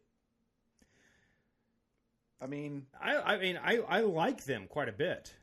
Nothing from 74 has hit the screen. Nothing in the last 8 months. I don't know if that matters. I don't know if I'd use that as a reasonable barometer of what's important. They're re-releasing movies this month that are important to horror. Mm-hmm. Luke went to go see The Shining yesterday. Right. He went to go see Psycho Friday night. We went to go see Akira on Wednesday. He's going to go see Ghost. Is Chainsaw Massacre going to be shown? It is. Okay. That is on the list. The Exorcist is on the 30th and the 31st. That's he did that after French Connection. I think it's 73. So I just think that 84 is a power year. I think you're wrong. Because I look at the years that bracket it, and 94 and 74 in my mind are okay. So let's go to substantially better. Should we take a pause? Let's go to 90. Let's go to 94. Okay, 94, the highest grossing film, which I think I know this surprised me, but I mean, The Lion King.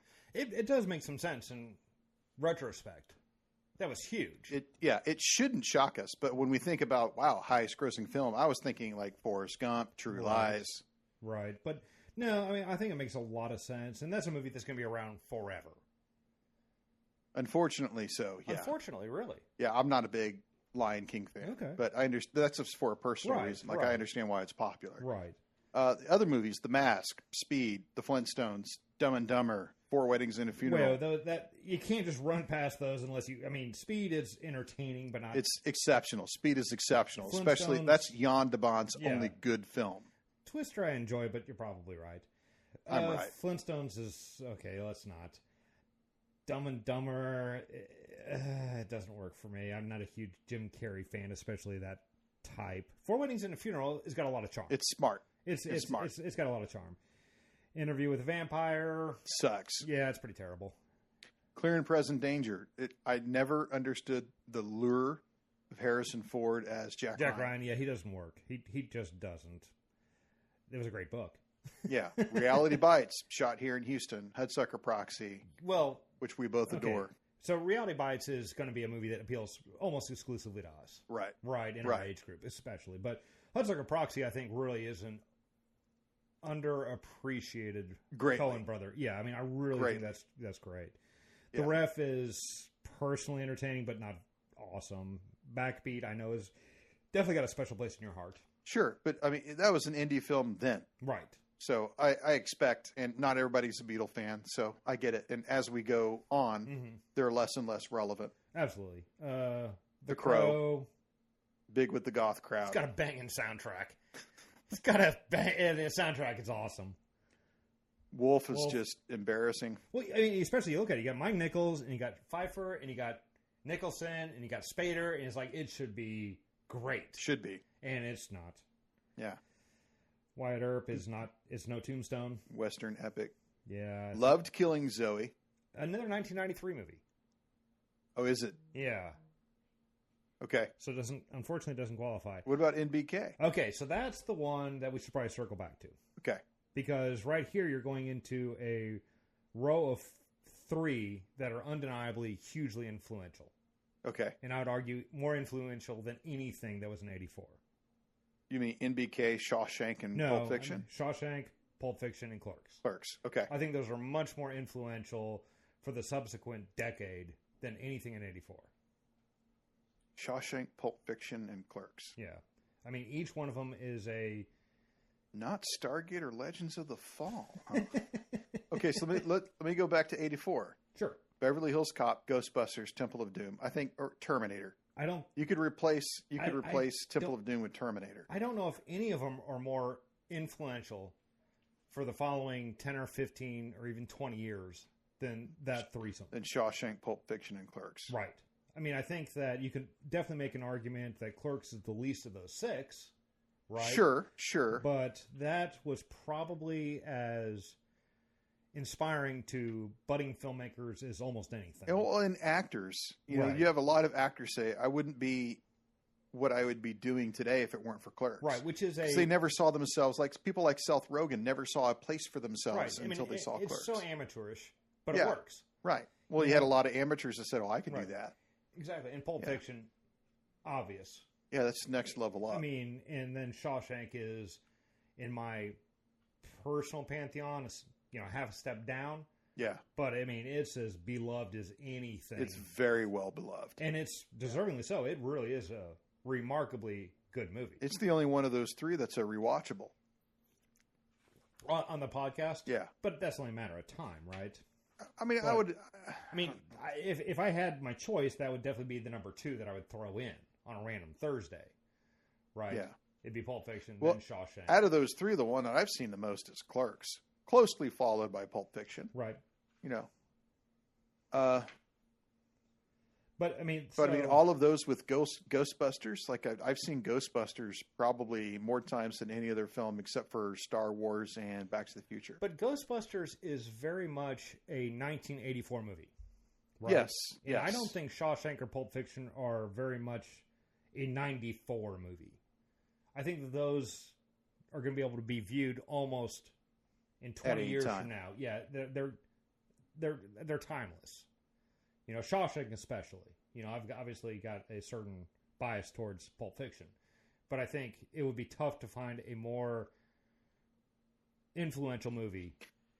I mean, I do... Since the 70s. Like, Pulp Fiction. Yes. Yeah, I mean, I remember being kids and everybody being excited about Ghostbusters, excited by Beverly Hills Cop. But you were as kids. Right. As adults... I mean, I particularly remember Trainspotting. Like, I remember going to college going, have you seen Trainspotting? Have you seen Trainspotting? Have you seen Trainspotting? You need to see Trainspotting. It's gonna fucking asking everybody, right? Right. And Pulp Fiction was very much in like, man, I saw Pulp Fiction last weekend. But there was a buzz about it. Unlike Trainspotting, there was a buzz about it. It was like 6 months before it came out. It won the Palme d'Or. Yeah. And it was definitely in the public consciousness as this thing. And then it came out and it was, holy crap, it's a thing. Yeah, it's shockingly surprised everybody. It lived up to the hype. Yeah, and even now probably would. I mean, Stargate, Roland Emmerich. Yeah, okay, never mind. Legend of the Fall. Yeah, no thanks. Stargate might be Roland Emmerich's only good film. I like. Yeah, I can't argue that. Stargate. It probably is his only objectively good movie. Now, there's a whole batch here that I had also found in '94 that interested me from one capacity or another. None of which are as important as any of the ones we talked about. Okay. Right? So we have Priscilla, Queen of the Desert. Oh. Which is a very interesting and probably to a percent of the population a very important film. important movie. Absolutely. Right? You have your Woody Allen entry, Bullets Over Broadway. Oh, shit. Take it or leave it, but whatever. It's Woody Allen. Yeah. Woody Allen is not well remembered, but if Woody Allen... I think it depends. Didn't have such a stigma attached to him. Right. The stigma goes and it far. Matters, yeah, but it's also one of those that just from the product, you know, it matters. Most people go with crimes and misdemeanors. Well, absolutely. Yeah. But Chungking Express. Oh, okay. Okay. Crumb, which I've not seen. But, yeah, I haven't seen that one. But I know of it. Yeah. And it's, big. Ed Wood, which in my opinion is by far and away the best Tim Burton movie. Oh, wow. Nothing's even close in my opinion. Wow. Okay. Hoop Dreams, another critically important documentary. Yeah. You know, Last Seduction, which I enjoy quite a bit. Is it important? No, but I really do enjoy it. Yeah. Little Women, the Winona Ryder, Christian Bale one. Yeah. That one's out then. Well, again, Winona Ryder and... Exactly. And that's going to appeal to us in specific. Yeah. Madness of King George. Another good one. Yeah. The Postman, which I never saw. With Kevin Costner? No, Il Postino. Il Postino. Okay. One that I'm amazed you didn't have on your list was Leon.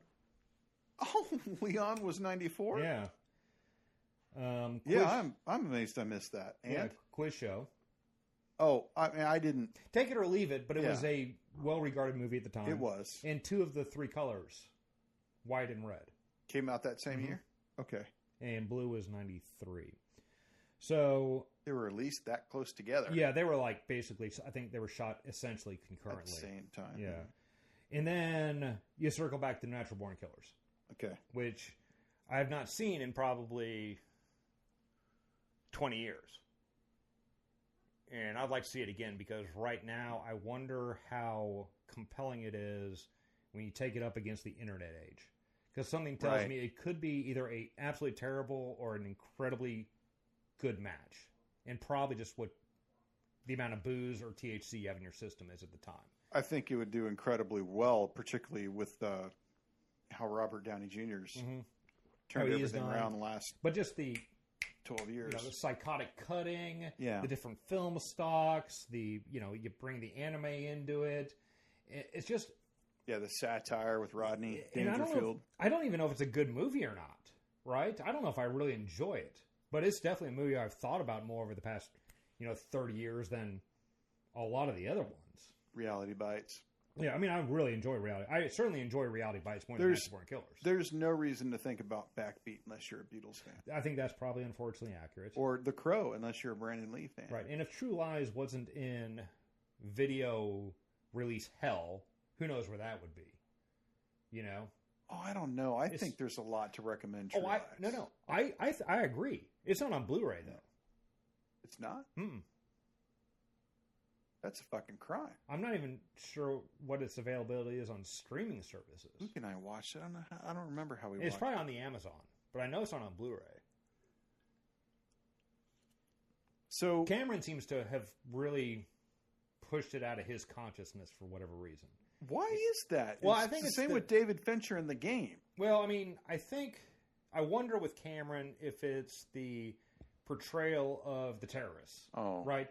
And I think that's completely absurd because it's not like they're saying, in my opinion, that all Muslims are like this or all Middle Easterns are like this. Right. It's like these are the bad guys. They happen to have brown skin, but they're the bad guys. Yeah, that's like Wanted Dead or Alive with Gene Simmons and it's just Rutger one of those Hauer. Where it's like he's just the bad guy. If we're looking for anti-terrorist, if we're looking to get worked up, okay, fine. But that's never the way. I didn't walk away from it saying, "Yeah, let's make sure we go blow up," right? Someone from Saudi. That's never been the way I've looked at it. Right. But I do think that Natural Born Killers is not remembered as well. But I do think it's one of those that I could easily see in 10 years somebody writing the essay about it, or 5 years. So that's one that I find very interesting to see how that goes. But Pulp Fiction, Shawshank, Lion King, even Forrest Gump. I mean, the biggest problem that Forrest Gump has is that it won the Oscar. Right. If it didn't win the Oscar, it'd probably be looking at it differently. Yeah. And it's not that it's bad, it's just that it's not Shawshank or Pulp Fiction. And one of those two should have won. Those three are pretty strong. And like I said, the only Tim Burton movie that I thought was worth a shit. Well, I mean... Because that matters. I mean, I'm going to write like a blog on Tim Burton. Yeah, talk about a guy who just... I look at it and say, yeah, it should work for me. It just doesn't. So I think that from the popular entertainment standpoint... Well, it's almost unfair. Like, Pulp Fiction hit with like a Casablanca type crater. Well, let's take those great ones out, right? Let's take just your most... If you remove Pulp Fiction, it would be like removing The Godfather Part 2. Right. And if you pull out, Shawshank, that means that... I don't think that you have to. Shawshank, NBK. What's your third one? Here's 4 just 1984, generally popular, unimportant but entertaining movies, right? You have Gremlins, Karate Kid, Police Academy, and Footloose. That's just 4. And let's find their analogs in 94. So popular, general entertainment. Well, Forrest Gump, True Lies, The Mask, Speed. Right, or Dumb and Dumber. Yeah.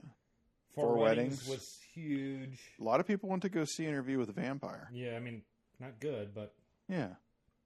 So, I don't know. I kind of... like I said, I kind of look at 74 and 94, the two brackets, a pretty good step up over 84. I may be off base. I may be biased. I'm definitely biased, but... then I look at some of these other ones that are just... There's probably not any... 74 was hugely influential. Right? Yes. Chinatown, Godfather 2, et cetera, et cetera. And I don't see a whole lot in 84 that's the level of influence as 74, and certainly not of 94. Because you have Hoop Dreams, you've got The Queen of the Desert, you've got Pulp Fiction.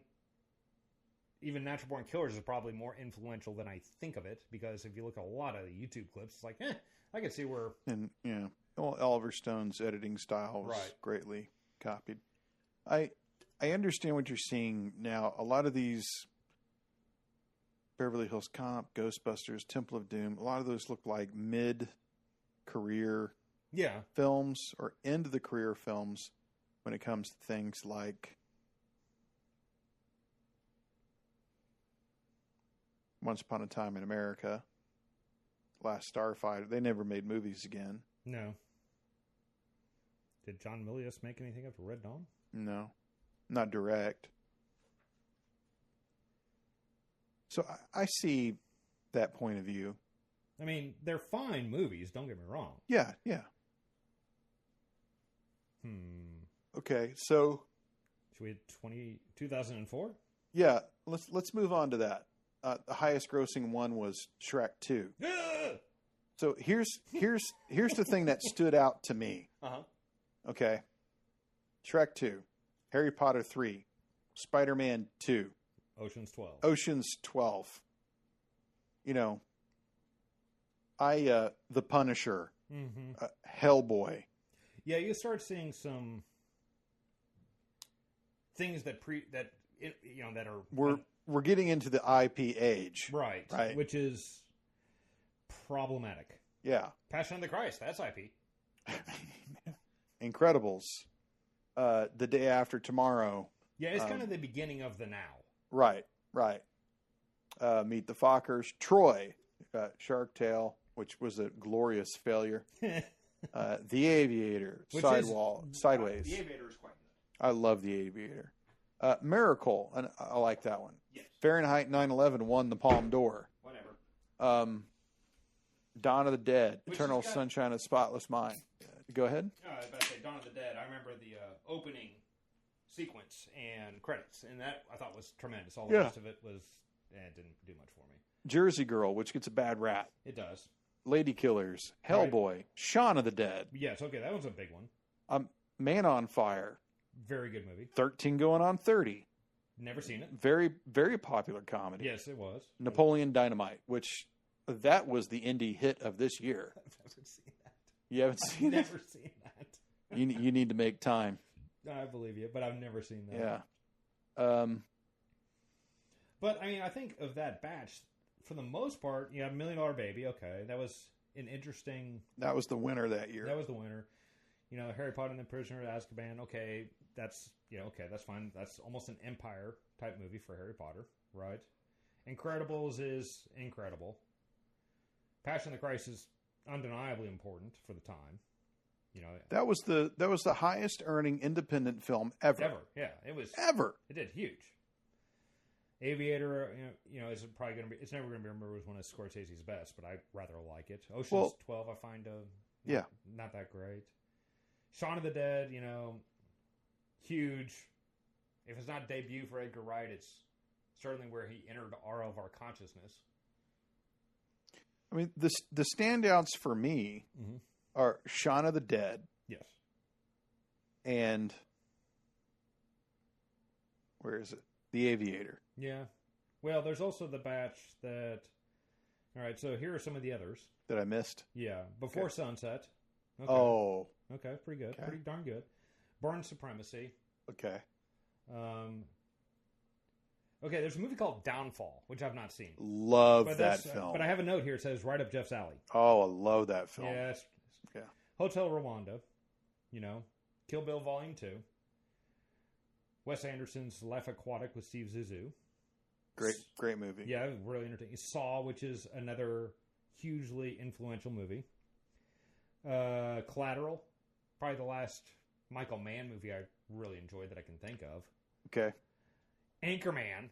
I know you and I are going to have a conflict on that one, but Anchorman is undeniably huge. I wouldn't say undeniably. No, it definitely is. Look at all the people that came out of it. Look at the scope that Will Ferrell had for the next 7 years. I think it's undeniably huge. Well, you may not like it. I mean, that's the apex mountain argument for Will Ferrell. That's fine. I mean, there are very few things I like about that. Oh, God. Yeah, I understand why. I'm Roger Ebert. Like, I understand why people like it. Right. It doesn't appeal to me. I got you. But it is, I think, undeniably influential and huge. Oh, yeah. It's kind of absolutely kind of like The Hangover, right? Yeah. I didn't really like it, but it's undeniably huge and influential. For sure. Yeah, people are talking about man purses forever. Yeah. Mean Girls. That's a surprise influence. But it is one of those where I think there's certainly an age group that's younger than us that looks at that very fondly. It's like Clueless. Yeah. You know. But I think they look at that very fondly. Layer Cake, which I just kind of dug. Yeah, I like Layer Cake. I mean, that got Daniel Craig the James Bond role. Right. Polar Express. Okay. You know. This is Zemeckis, wasn't it? It was Zemeckis and, Tom Hanks, but it's a Christmas standard at this point. Yeah, it is. Steven Spielberg, Lesser Effort, The Terminal. Yeah, that was done well, but it didn't appeal to me. Yeah, it just doesn't fly for most. And my own terribly guilty personal pleasure is Godzilla Final Wars, which is just bananas. It's the most ridiculous movie ever, and I love it. It is stupid. Unabashedly stupid, but I love it. So I think that you have Before Sunset, Kill Bill Volume 2, and Crash. Not the Cronenberg one. The Oscar winner. Yeah, the Oscar winner. So it must have come out.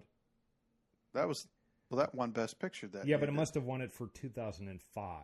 Maybe. But I saw it on a list of 2004. Was it one of those where it came out in a film festival? Yeah. But 2004, I'm sure that's the case. For the most part, is kind of unremarkable, I'm really amazed at. I had said previously about that first decade that had a lot of hits, right? And I was really amazed to pull this list, and I mean, I've seen every single thing on here except for Lady Killers, right? Which they say is not good, but I've not seen either. Yeah, and I mean, when I think of good movies, I don't think of any of these. Not very many of them. I mean, again, The Aviator and Shaun of the Dead. And it's not like they're bad. Like, I really enjoyed The Punisher, the one Tom Jane. But it's not good. But I wouldn't say like that's going to stand next to Oh God no. NBK, Killing Zoe, Shawshank, Pulp Fiction. No, Burks. No. Right. I'm really fond of 13 Going on 30, but as complete nostalgia. Because I was 34 when 13 Going on 30 came out. Mm-hmm. And so to me, I was kind of living through that mode of what she was going through. Like, oh yeah, I remember that. So. Yeah, I mean, that and, Kill Bill Volume 2. Steve Zissou. I mean, those are. Steve Zissou was good. You don't like Kill Bill Volume 2? I like Kill Bill 2. Right. That's fine. I mean, obviously I'm a Tarantino fan. Right. Tarantino I would put in that group with the Aviator and and Wes Anderson. But if you're going to put it next to NBK, Shawshank, Pulp Fiction, it's certainly not at that level. Yeah, it's certainly not at that level. It's a huge slope. Mm-hmm. Yeah, it's kind of a shockingly mediocre year. It is, and then you turn the page and you go to 2014, which is pretty interesting. And it's like Transformers movie, Hobbit movie, Guardians of the Galaxy, Maleficent, Hunger Games, an X-Men movie, Captain America movie, Planet of the Apes movie, Spider-Man 2, Amazing Spider-Man movie, David Christopher Nolan, Jack Ryan movie, a remake of RoboCop. Yeah, Grand Budapest though. Great film. And not to say that those movies are bad. I rather enjoyed Captain America and Winter Soldier. They're not really breaking new ground though. No, No, RoboCop is not. It was different than the first one, but it's not breaking new ground. It was a big bunch of why does this exist? Yeah, I liked Noah. I liked Edge of Tomorrow. Edge of Tomorrow, I think, is really good. I like most of these films. Yeah. Million Ways to Die in the West, The Imitation Game, Box Trolls. What the fuck is Box Trolls? It's a animated film for kids. I've never heard of that. That's a great film. Okay. You should see that. I've never in my Even life though your heard of kids this. are grown, you should see that. Okay. It's a great movie. All right. The Equalizer, John Wick. Okay. American Sniper, Exodus, Gods and Kings. And now, the interesting thing is, that whole batch of 2014 movies is, for the most part, I'm kind of blah.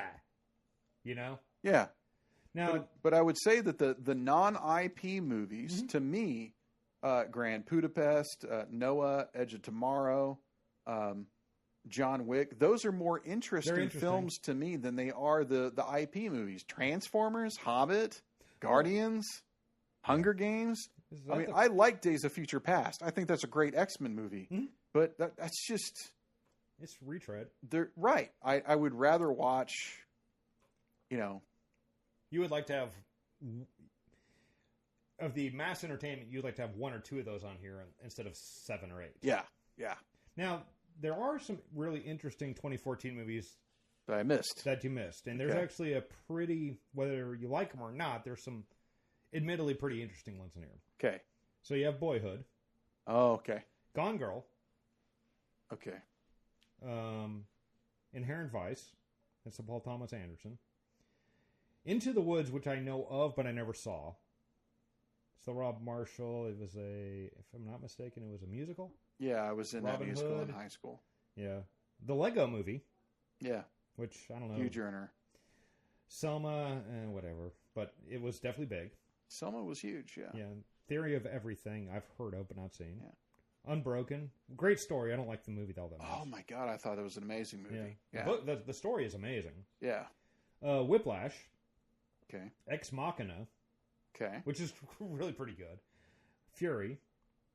Chef, which is a personal fave. Love Fury. Yeah. I need to see Chef. Yeah, that's a personal favorite. Nightcrawler, which I like quite a bit. Okay. Very weird. Yeah. Kevin Smith's Tusk, which I've not seen. I assume you've seen it. I've seen Tusk. Right. Yeah. What We Do in the Shadows. Oh, yeah. Sarah loves that. Yeah, it's great. Monuments Men, which I understand should have been good, but I never saw. Yeah, that should have been good. It was one of those that it looks I didn't mind it. I didn't see it. Yeah. I read the book. It was good. Kingsman?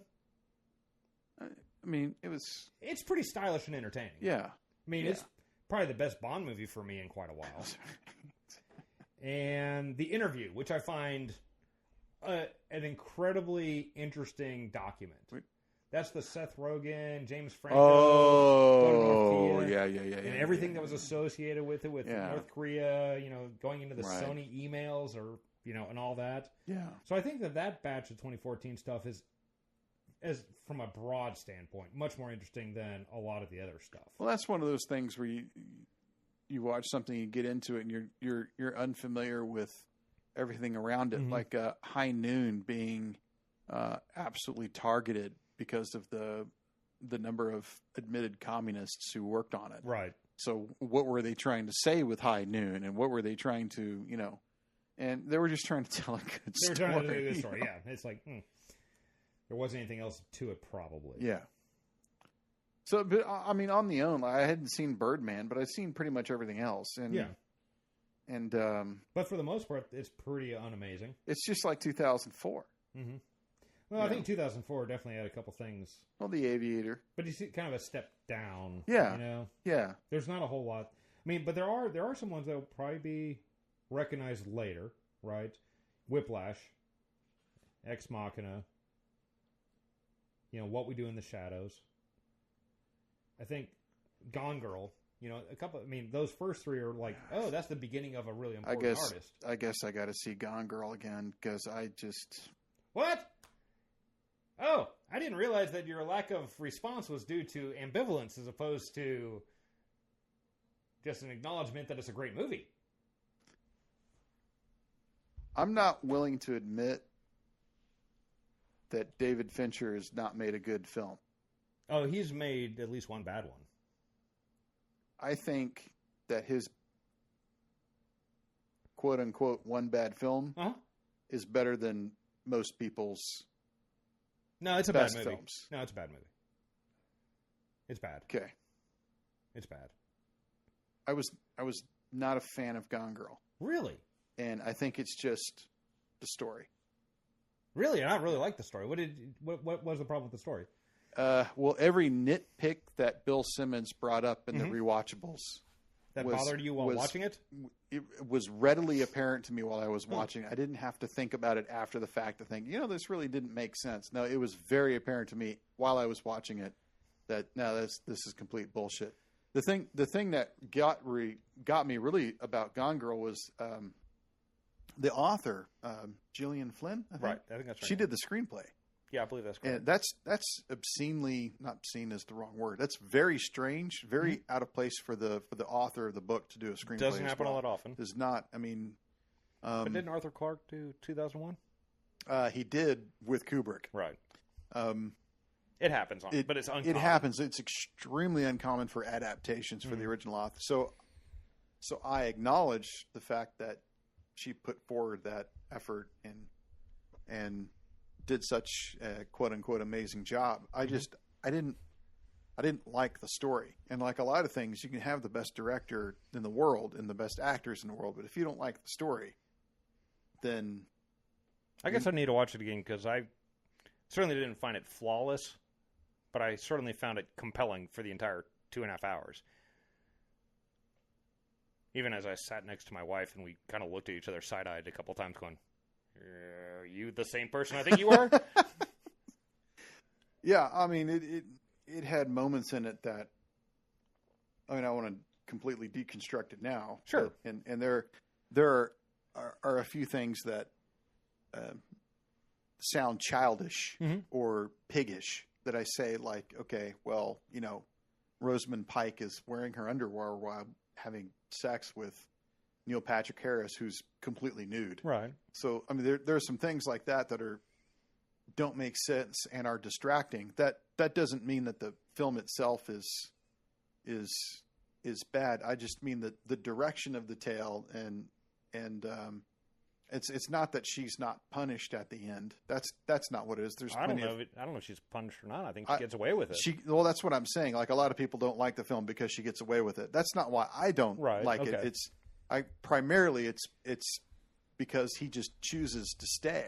Like that utterly befuddles me that he chooses to stay. I need to watch it again, but I don't find it that out of reality. I mean, how many people are in abusive relationships that don't leave? That would make more sense if the epitome of if Fincher emphasized more of that at the time. That would make more sense to me. I don't think that she was abusing him, at least not physically. What? She's an emotional terrorist. She is. Yes. I did not see that affecting him.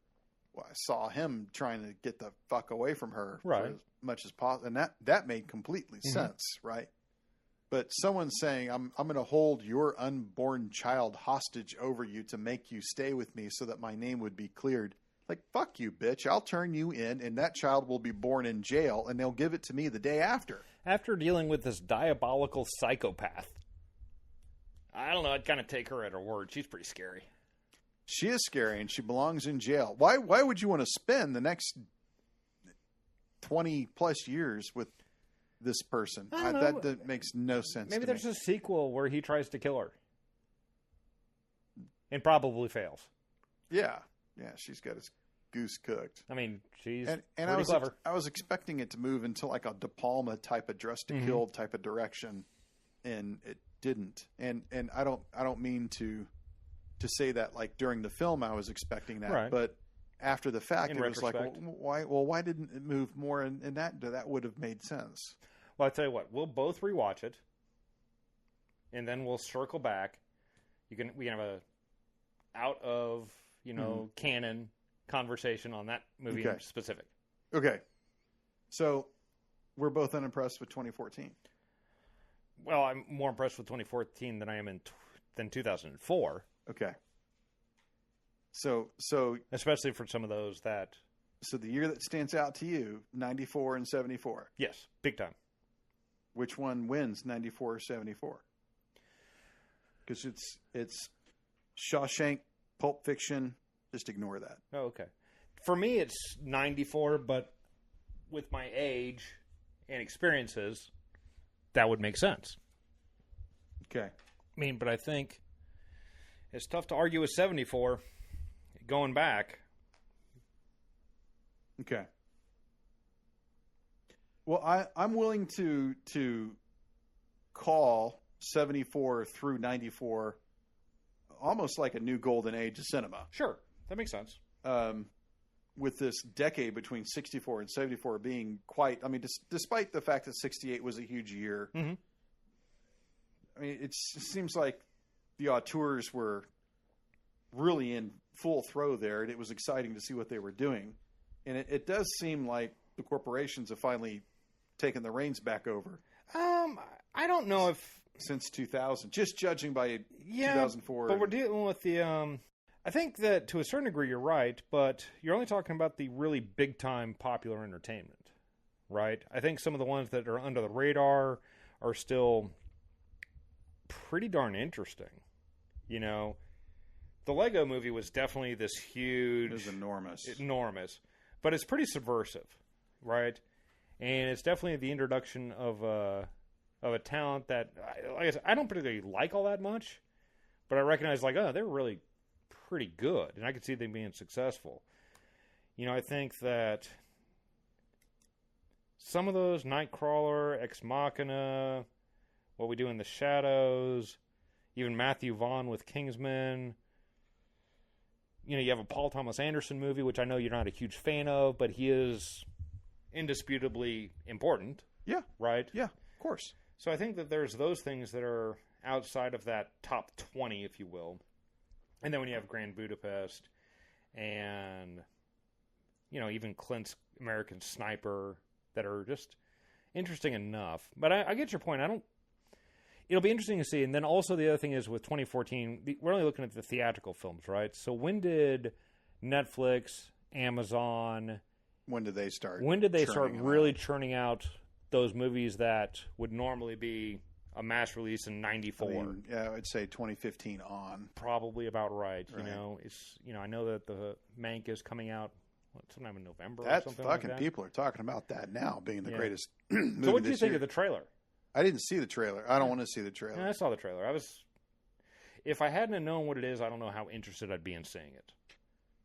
Well, that doesn't surprise me about any Fincher film. Exactly. So it's one of those that'll be really... I'm certainly looking forward to it, although it's unclear to me when it's coming out. Yeah, well, December. Is it December? Yeah. December, November? Well, they want it... So it's the big kicker, because the deadline for the Academy Awards is December 31st. But only for theatrical release. So what are they going to nominate? There's nothing. Well, the Big Picture has a whole list of... I mean, they had a podcast 2 weeks ago about I haven't everything's listened to that. Yeah, I'm running behind. But the Netflix apparently is going to release Mank and the Egyptian for like a week, and then it'll qualify. To qualify? Yeah.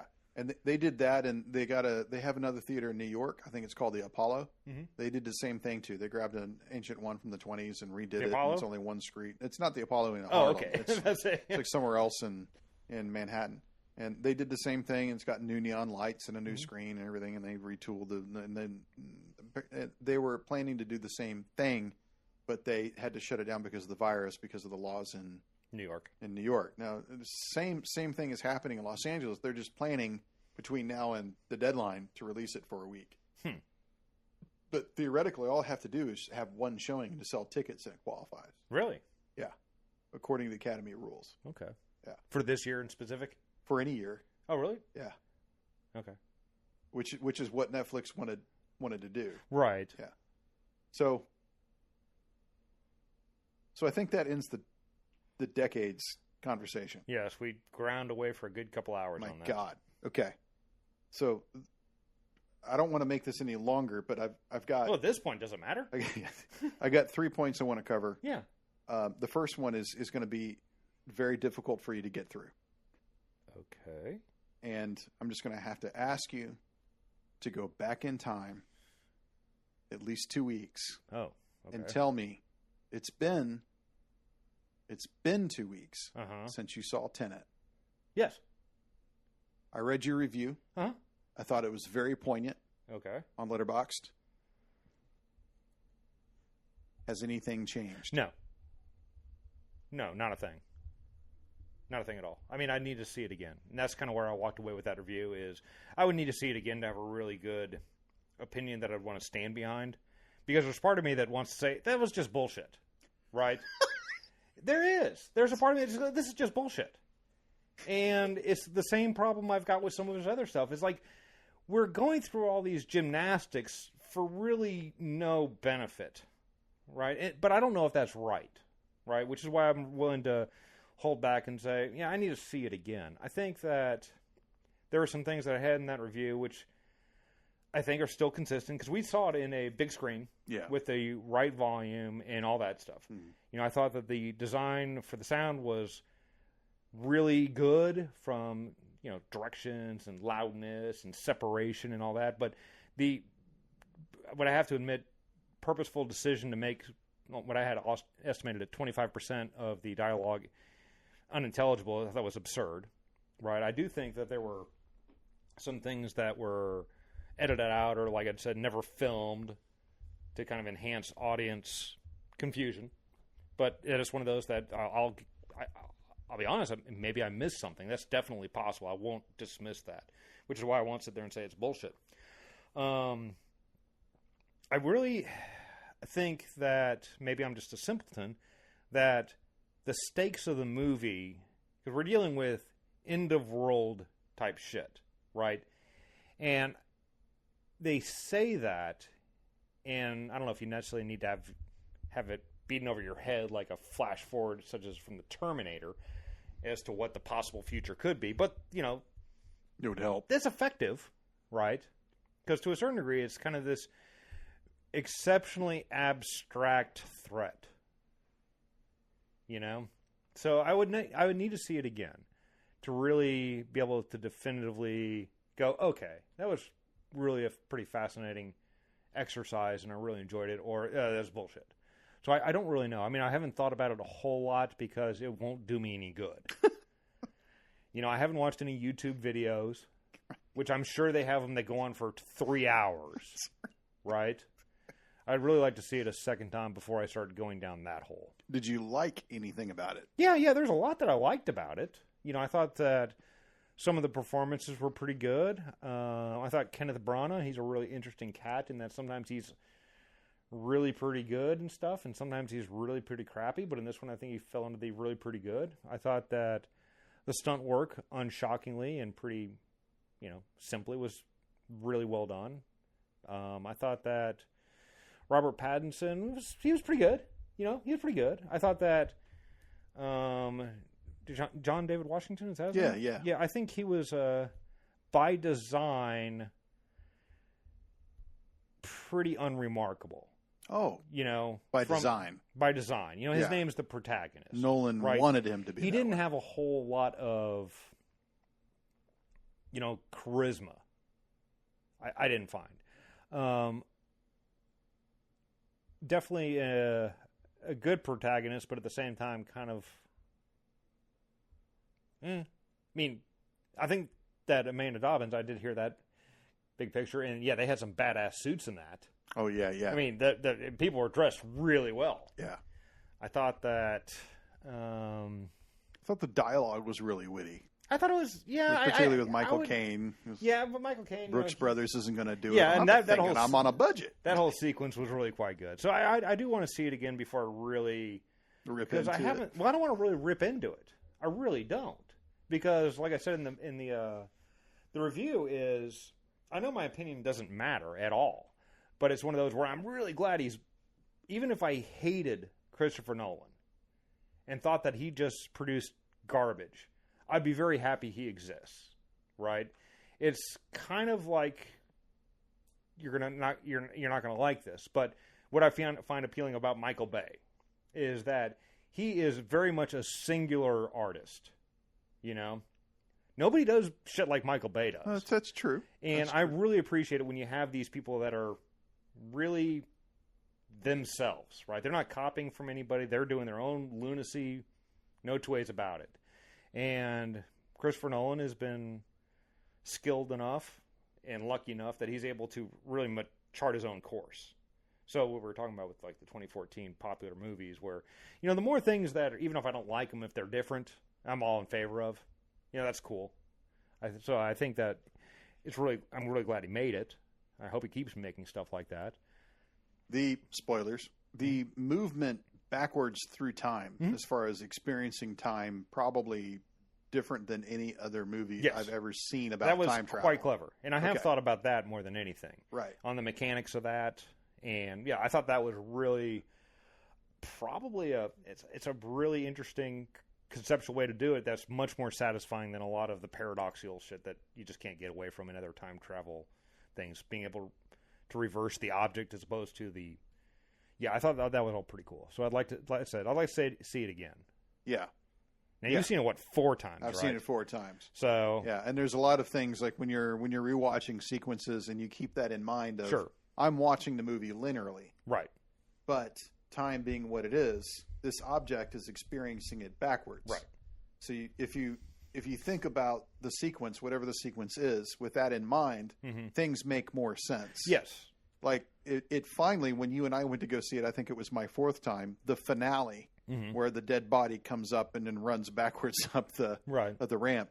The first 3 times I saw that, I was like, what the fuck is going on? I still don't understand this. And then finally, the 4th time, it clicked what was going on. See, and I got that.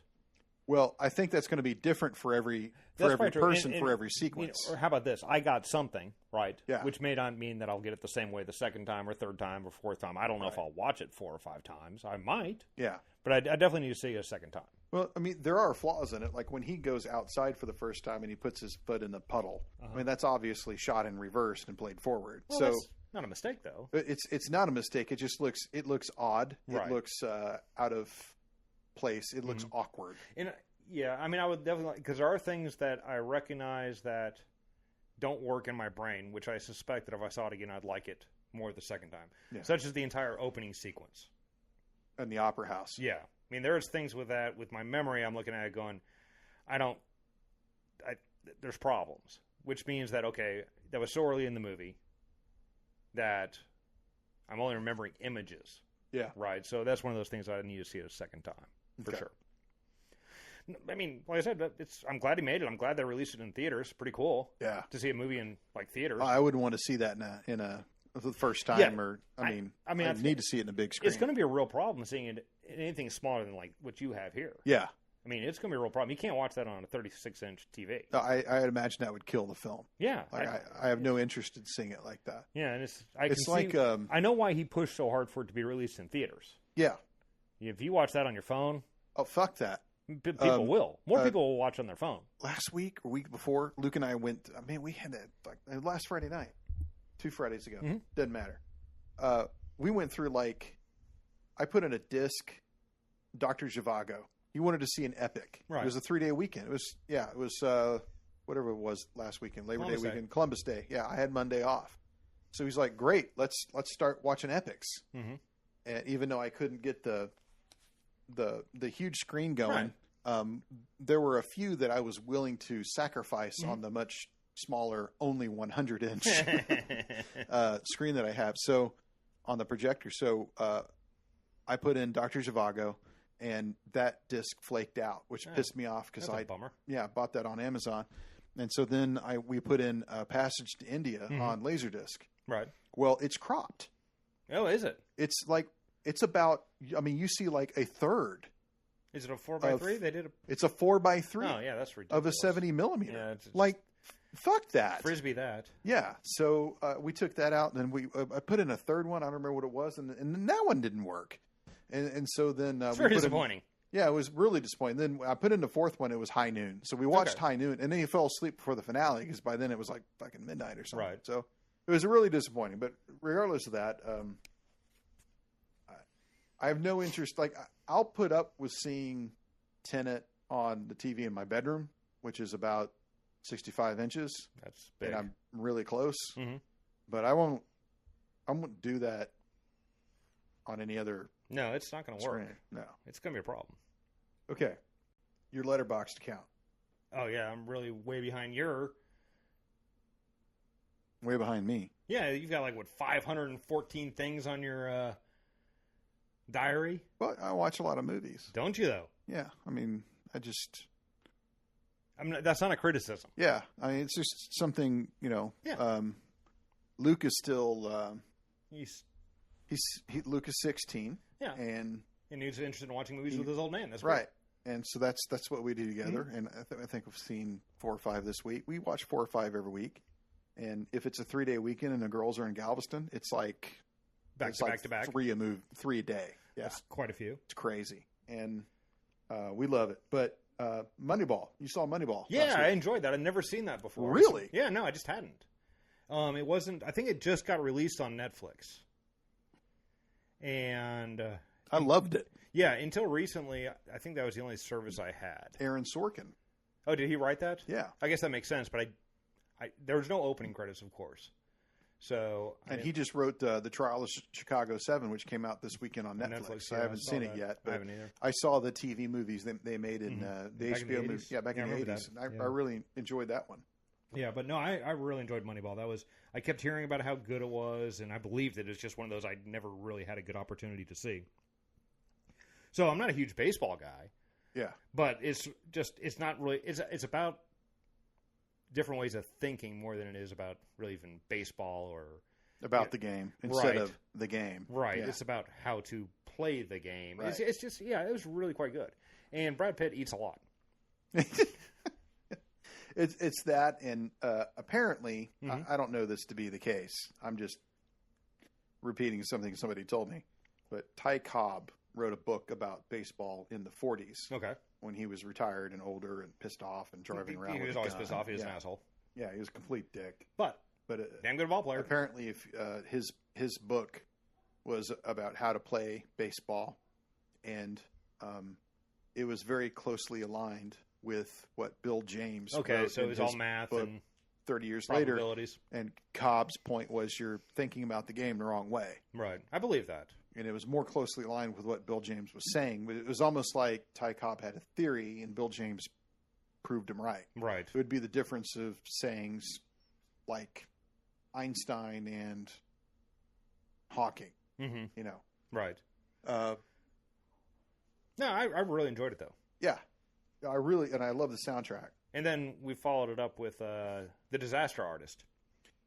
Yeah, I haven't seen that. Well, I hadn't either. It was a first for me as well. And it's pretty good. But the thing that was really funny was I was watching with my daughter, Regan, and she had heard of The Room. So we're watching this movie, and she's getting progressively more and more confused while watching this movie. Because she's like, well, I know it's based on the making of this movie, The Room. And she's like, but I don't get it because, Brie Larson and all that. And I was like, oh, no, there's 2 movies called The Room. Called The Room, yeah. Yeah. She's like, wait, what? I'm like, yeah. She's like, but what about this one? Is this... I mean, the other one isn't real, right? Yeah. It's like, oh, no, this guy actually made this movie. So then we get to the end credit. Have you seen it? You haven't seen it. No. So at the end credit, they show sequences of Tommy Wiseau's The Room. The Room, rather. Mm-hmm. Bleh.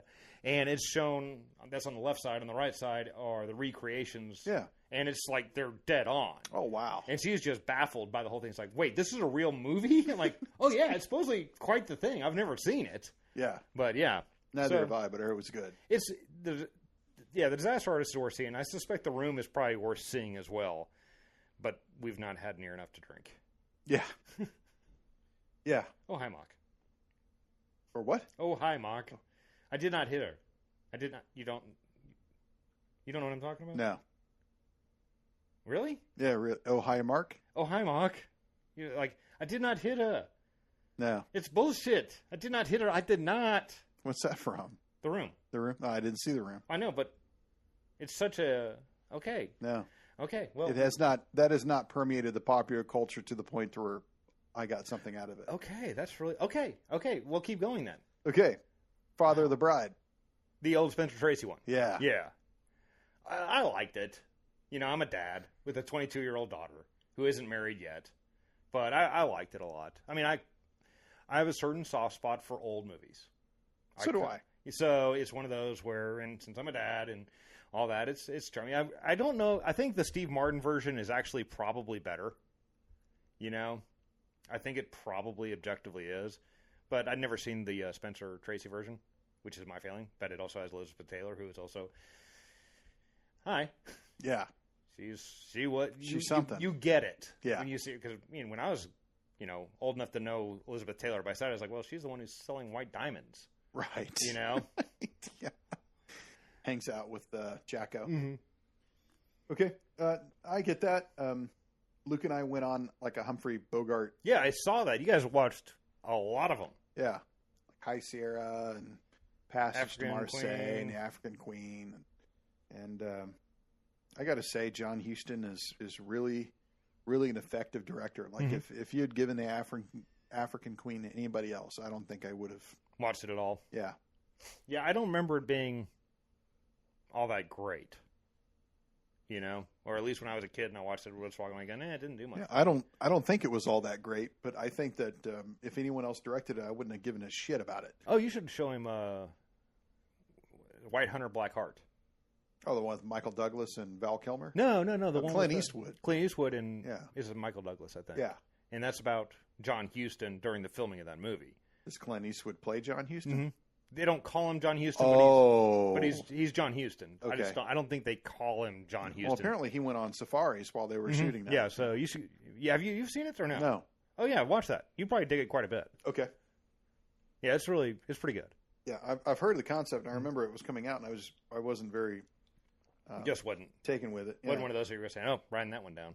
Yeah, but no, you've been watching a lot of the Bogart movies. We saw that, and well, we had I had a Laserdisc set of 4 Bogart movies. Yeah, I saw you. It was like, wow, next thing you know, he's listening to 8-tracks. Yeah, Luke really digs Bogart. It's his favorite actor. Oh, okay. And I saw High Sierra, Passage to Marseille, African Queen. There's 2 more. Treasure of Sierra Madre? No.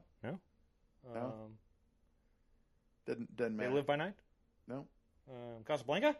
Well, we watched a documentary on Casablanca that was narrated by his wife, Lauren Bacall. Okay. Which was pretty good. And, sure. Oh, Key Largo. Oh, I was about to say, yeah. We watched Key Largo. So it was, you know that there is an element of star power that transcends the ages. Lauren Bacall is in the background, like 100 feet away or something.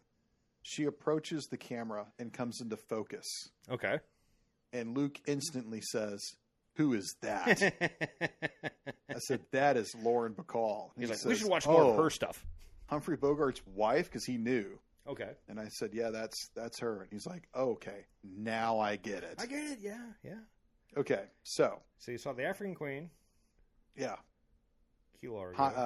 Petrified Forest. Petrified Forest. That was not a snorer, but I could have done without it. Across the Pacific. He really enjoyed that. Okay. Bogart plays like a guy who's kicked out of the army. Right. But really he's playing double agent. Gotcha. And falls in league with Sidney Greenstreet, who's working for the Japs. Okay. I'm sorry, Japanese. You can call them the Japs. And then they get down to the Panama Canal, and things go awry. And the funny thing is, they never actually go across the Pacific. It's just one. That's just the name. Just the name of the film. So that was pretty good. And then, of course, I mentioned we saw Akira, Total Recall. But your opinion on Total Recall is shocking. It's a good fucking movie. You can think that. I know that. Outland, I haven't thought about in forever. Yeah, I was. So did you watch that because you watched High Noon? No. We saw High Noon, and then I think it was like 2 nights later, and we went to Half Price Books and saw them. I'm like, dude, you got to see this. He was like Connery in a sci-fi. Oh yeah, with a shotgun. People exploding. Right? It's gross. Yeah. So no, he really he loved that more than High Noon. Yeah, I think it's kind of underappreciated. I mean, Peter Hyams is. He's a very good, unappreciated filmmaker. I mean, I kind of like 2010. I love 2010. Yeah, I haven't seen it in a while, but when I was a kid, or I Roy kinda Scheider, like and The Bob Relic. Balaban, Yakov Smirnoff. Mm-hmm. Yeah. Okay. We watched Akira the other night. And 32nd anniversary or whatever it is. Right. And what a bloody film. Yeah, I haven't seen that in forever. Oh my God, there was so much blood in that film. It was unreal. So, okay. Wrapping up. Okay. We should create categories, kind of like they have on rewatchables. Okay.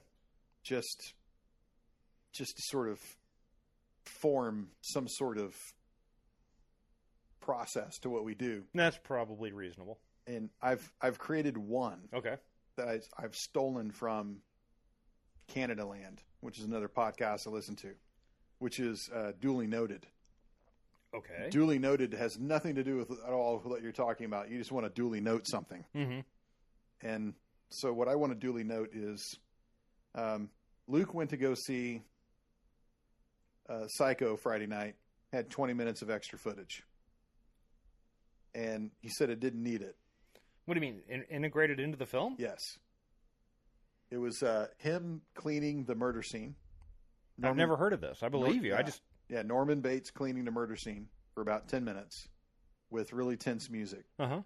And then at the end, a very Hollywood ending with two doctors explaining Norman's problem. That's always been in there. No.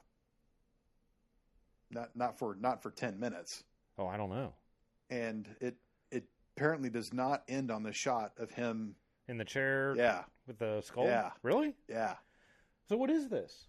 I mean, it's a recut issue of Psycho. But who did it and why? I don't know. Okay. So then he went to go see The Shining yesterday with a friend. You didn't go? I didn't go. I thought you were going to go. I was going to go, but he wanted to take a friend. Okay. And The Shining is, I mean, I like it, but right. In terms of my Kubrick movies, I'd rather see the one. Yeah, you weren't upset that you didn't go. Right. He said that had another 20 minutes in it. One of him talking to the bartender for a very long period of time. And then more of him running around freaking out at the end. He said he didn't need that either. Are you sure these are extended things or just things that he I checked it. I checked it on Cinemark's website, and it says with additional footage. Really? Okay. Yes. Huh. So how did they pull that off? You can't get Eyes Wide Shut release with the extended version. How come you can just roll out with that? I'm with you there because I would like to see an extended version of Eyes Wide Shut because I just don't think it's fucking long enough.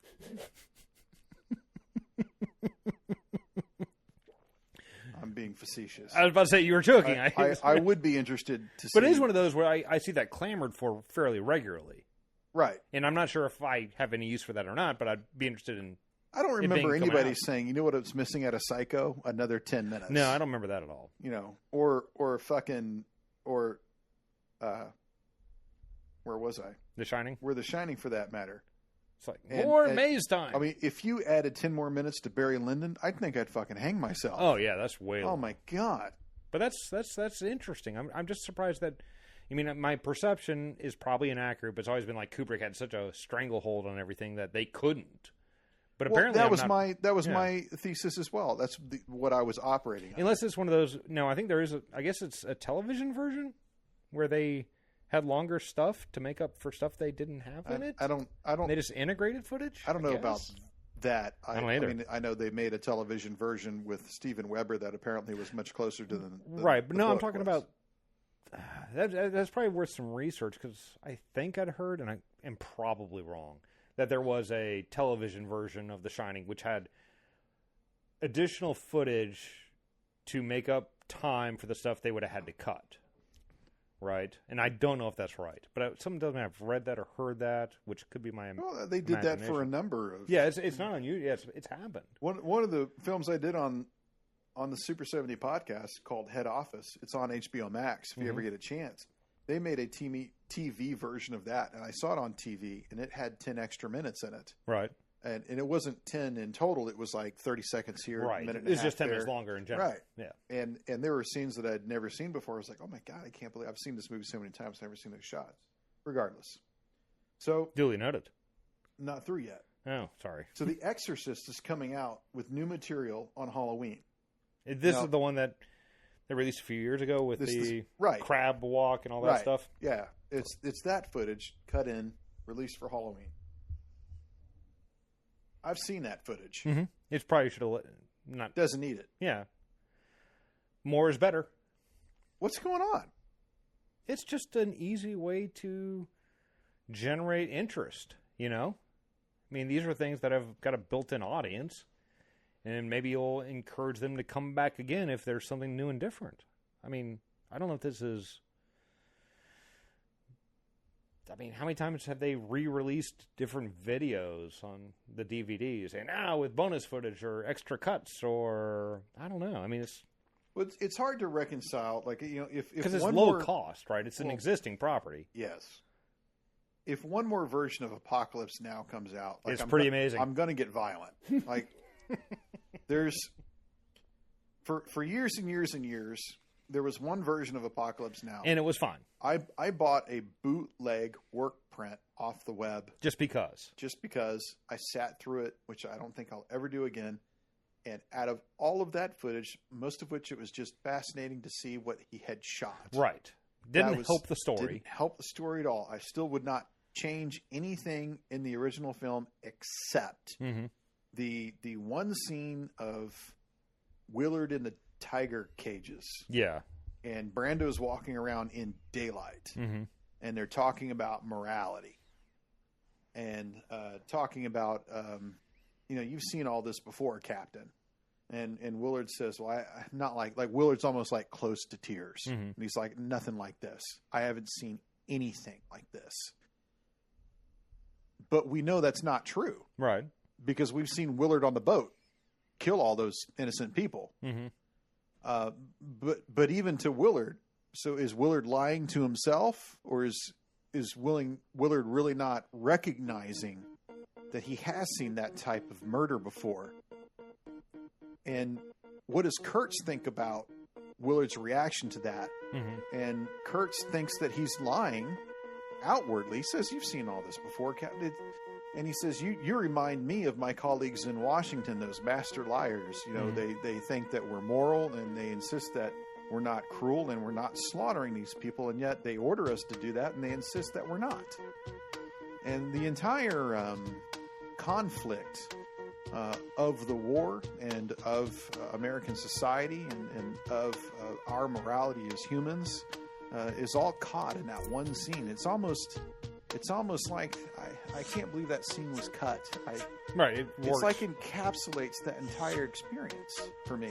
That's the only time I would ever say that needed to go back in. That would have improved. Yeah, and it's too bad that I was cut, but having said that, if I could lose that scene and not have anything else added to it, you'd be fine. I'd be fine. Yeah. Fine. What would you like to duly note? Is there anything you'd like to duly note? At this point, no, because I wasn't expecting this, so I hadn't put any thought into it at all. I duly note that it has been a good time, and we've been doing this for quite a while. 2 hours and 38 minutes, my friend. That's quite a while, and my ears hurt. So I think it's time for me to shut it down. Thanks for coming over again. Oh, thanks for having me. I really appreciate it. Thanks for fixing my screen. Oh, you're welcome. It's going to be great. Yeah, it's going to be phenomenal. I'm going to put the cranberries on. You enjoy. It's going to be awesome. All right, man. All right. Oh.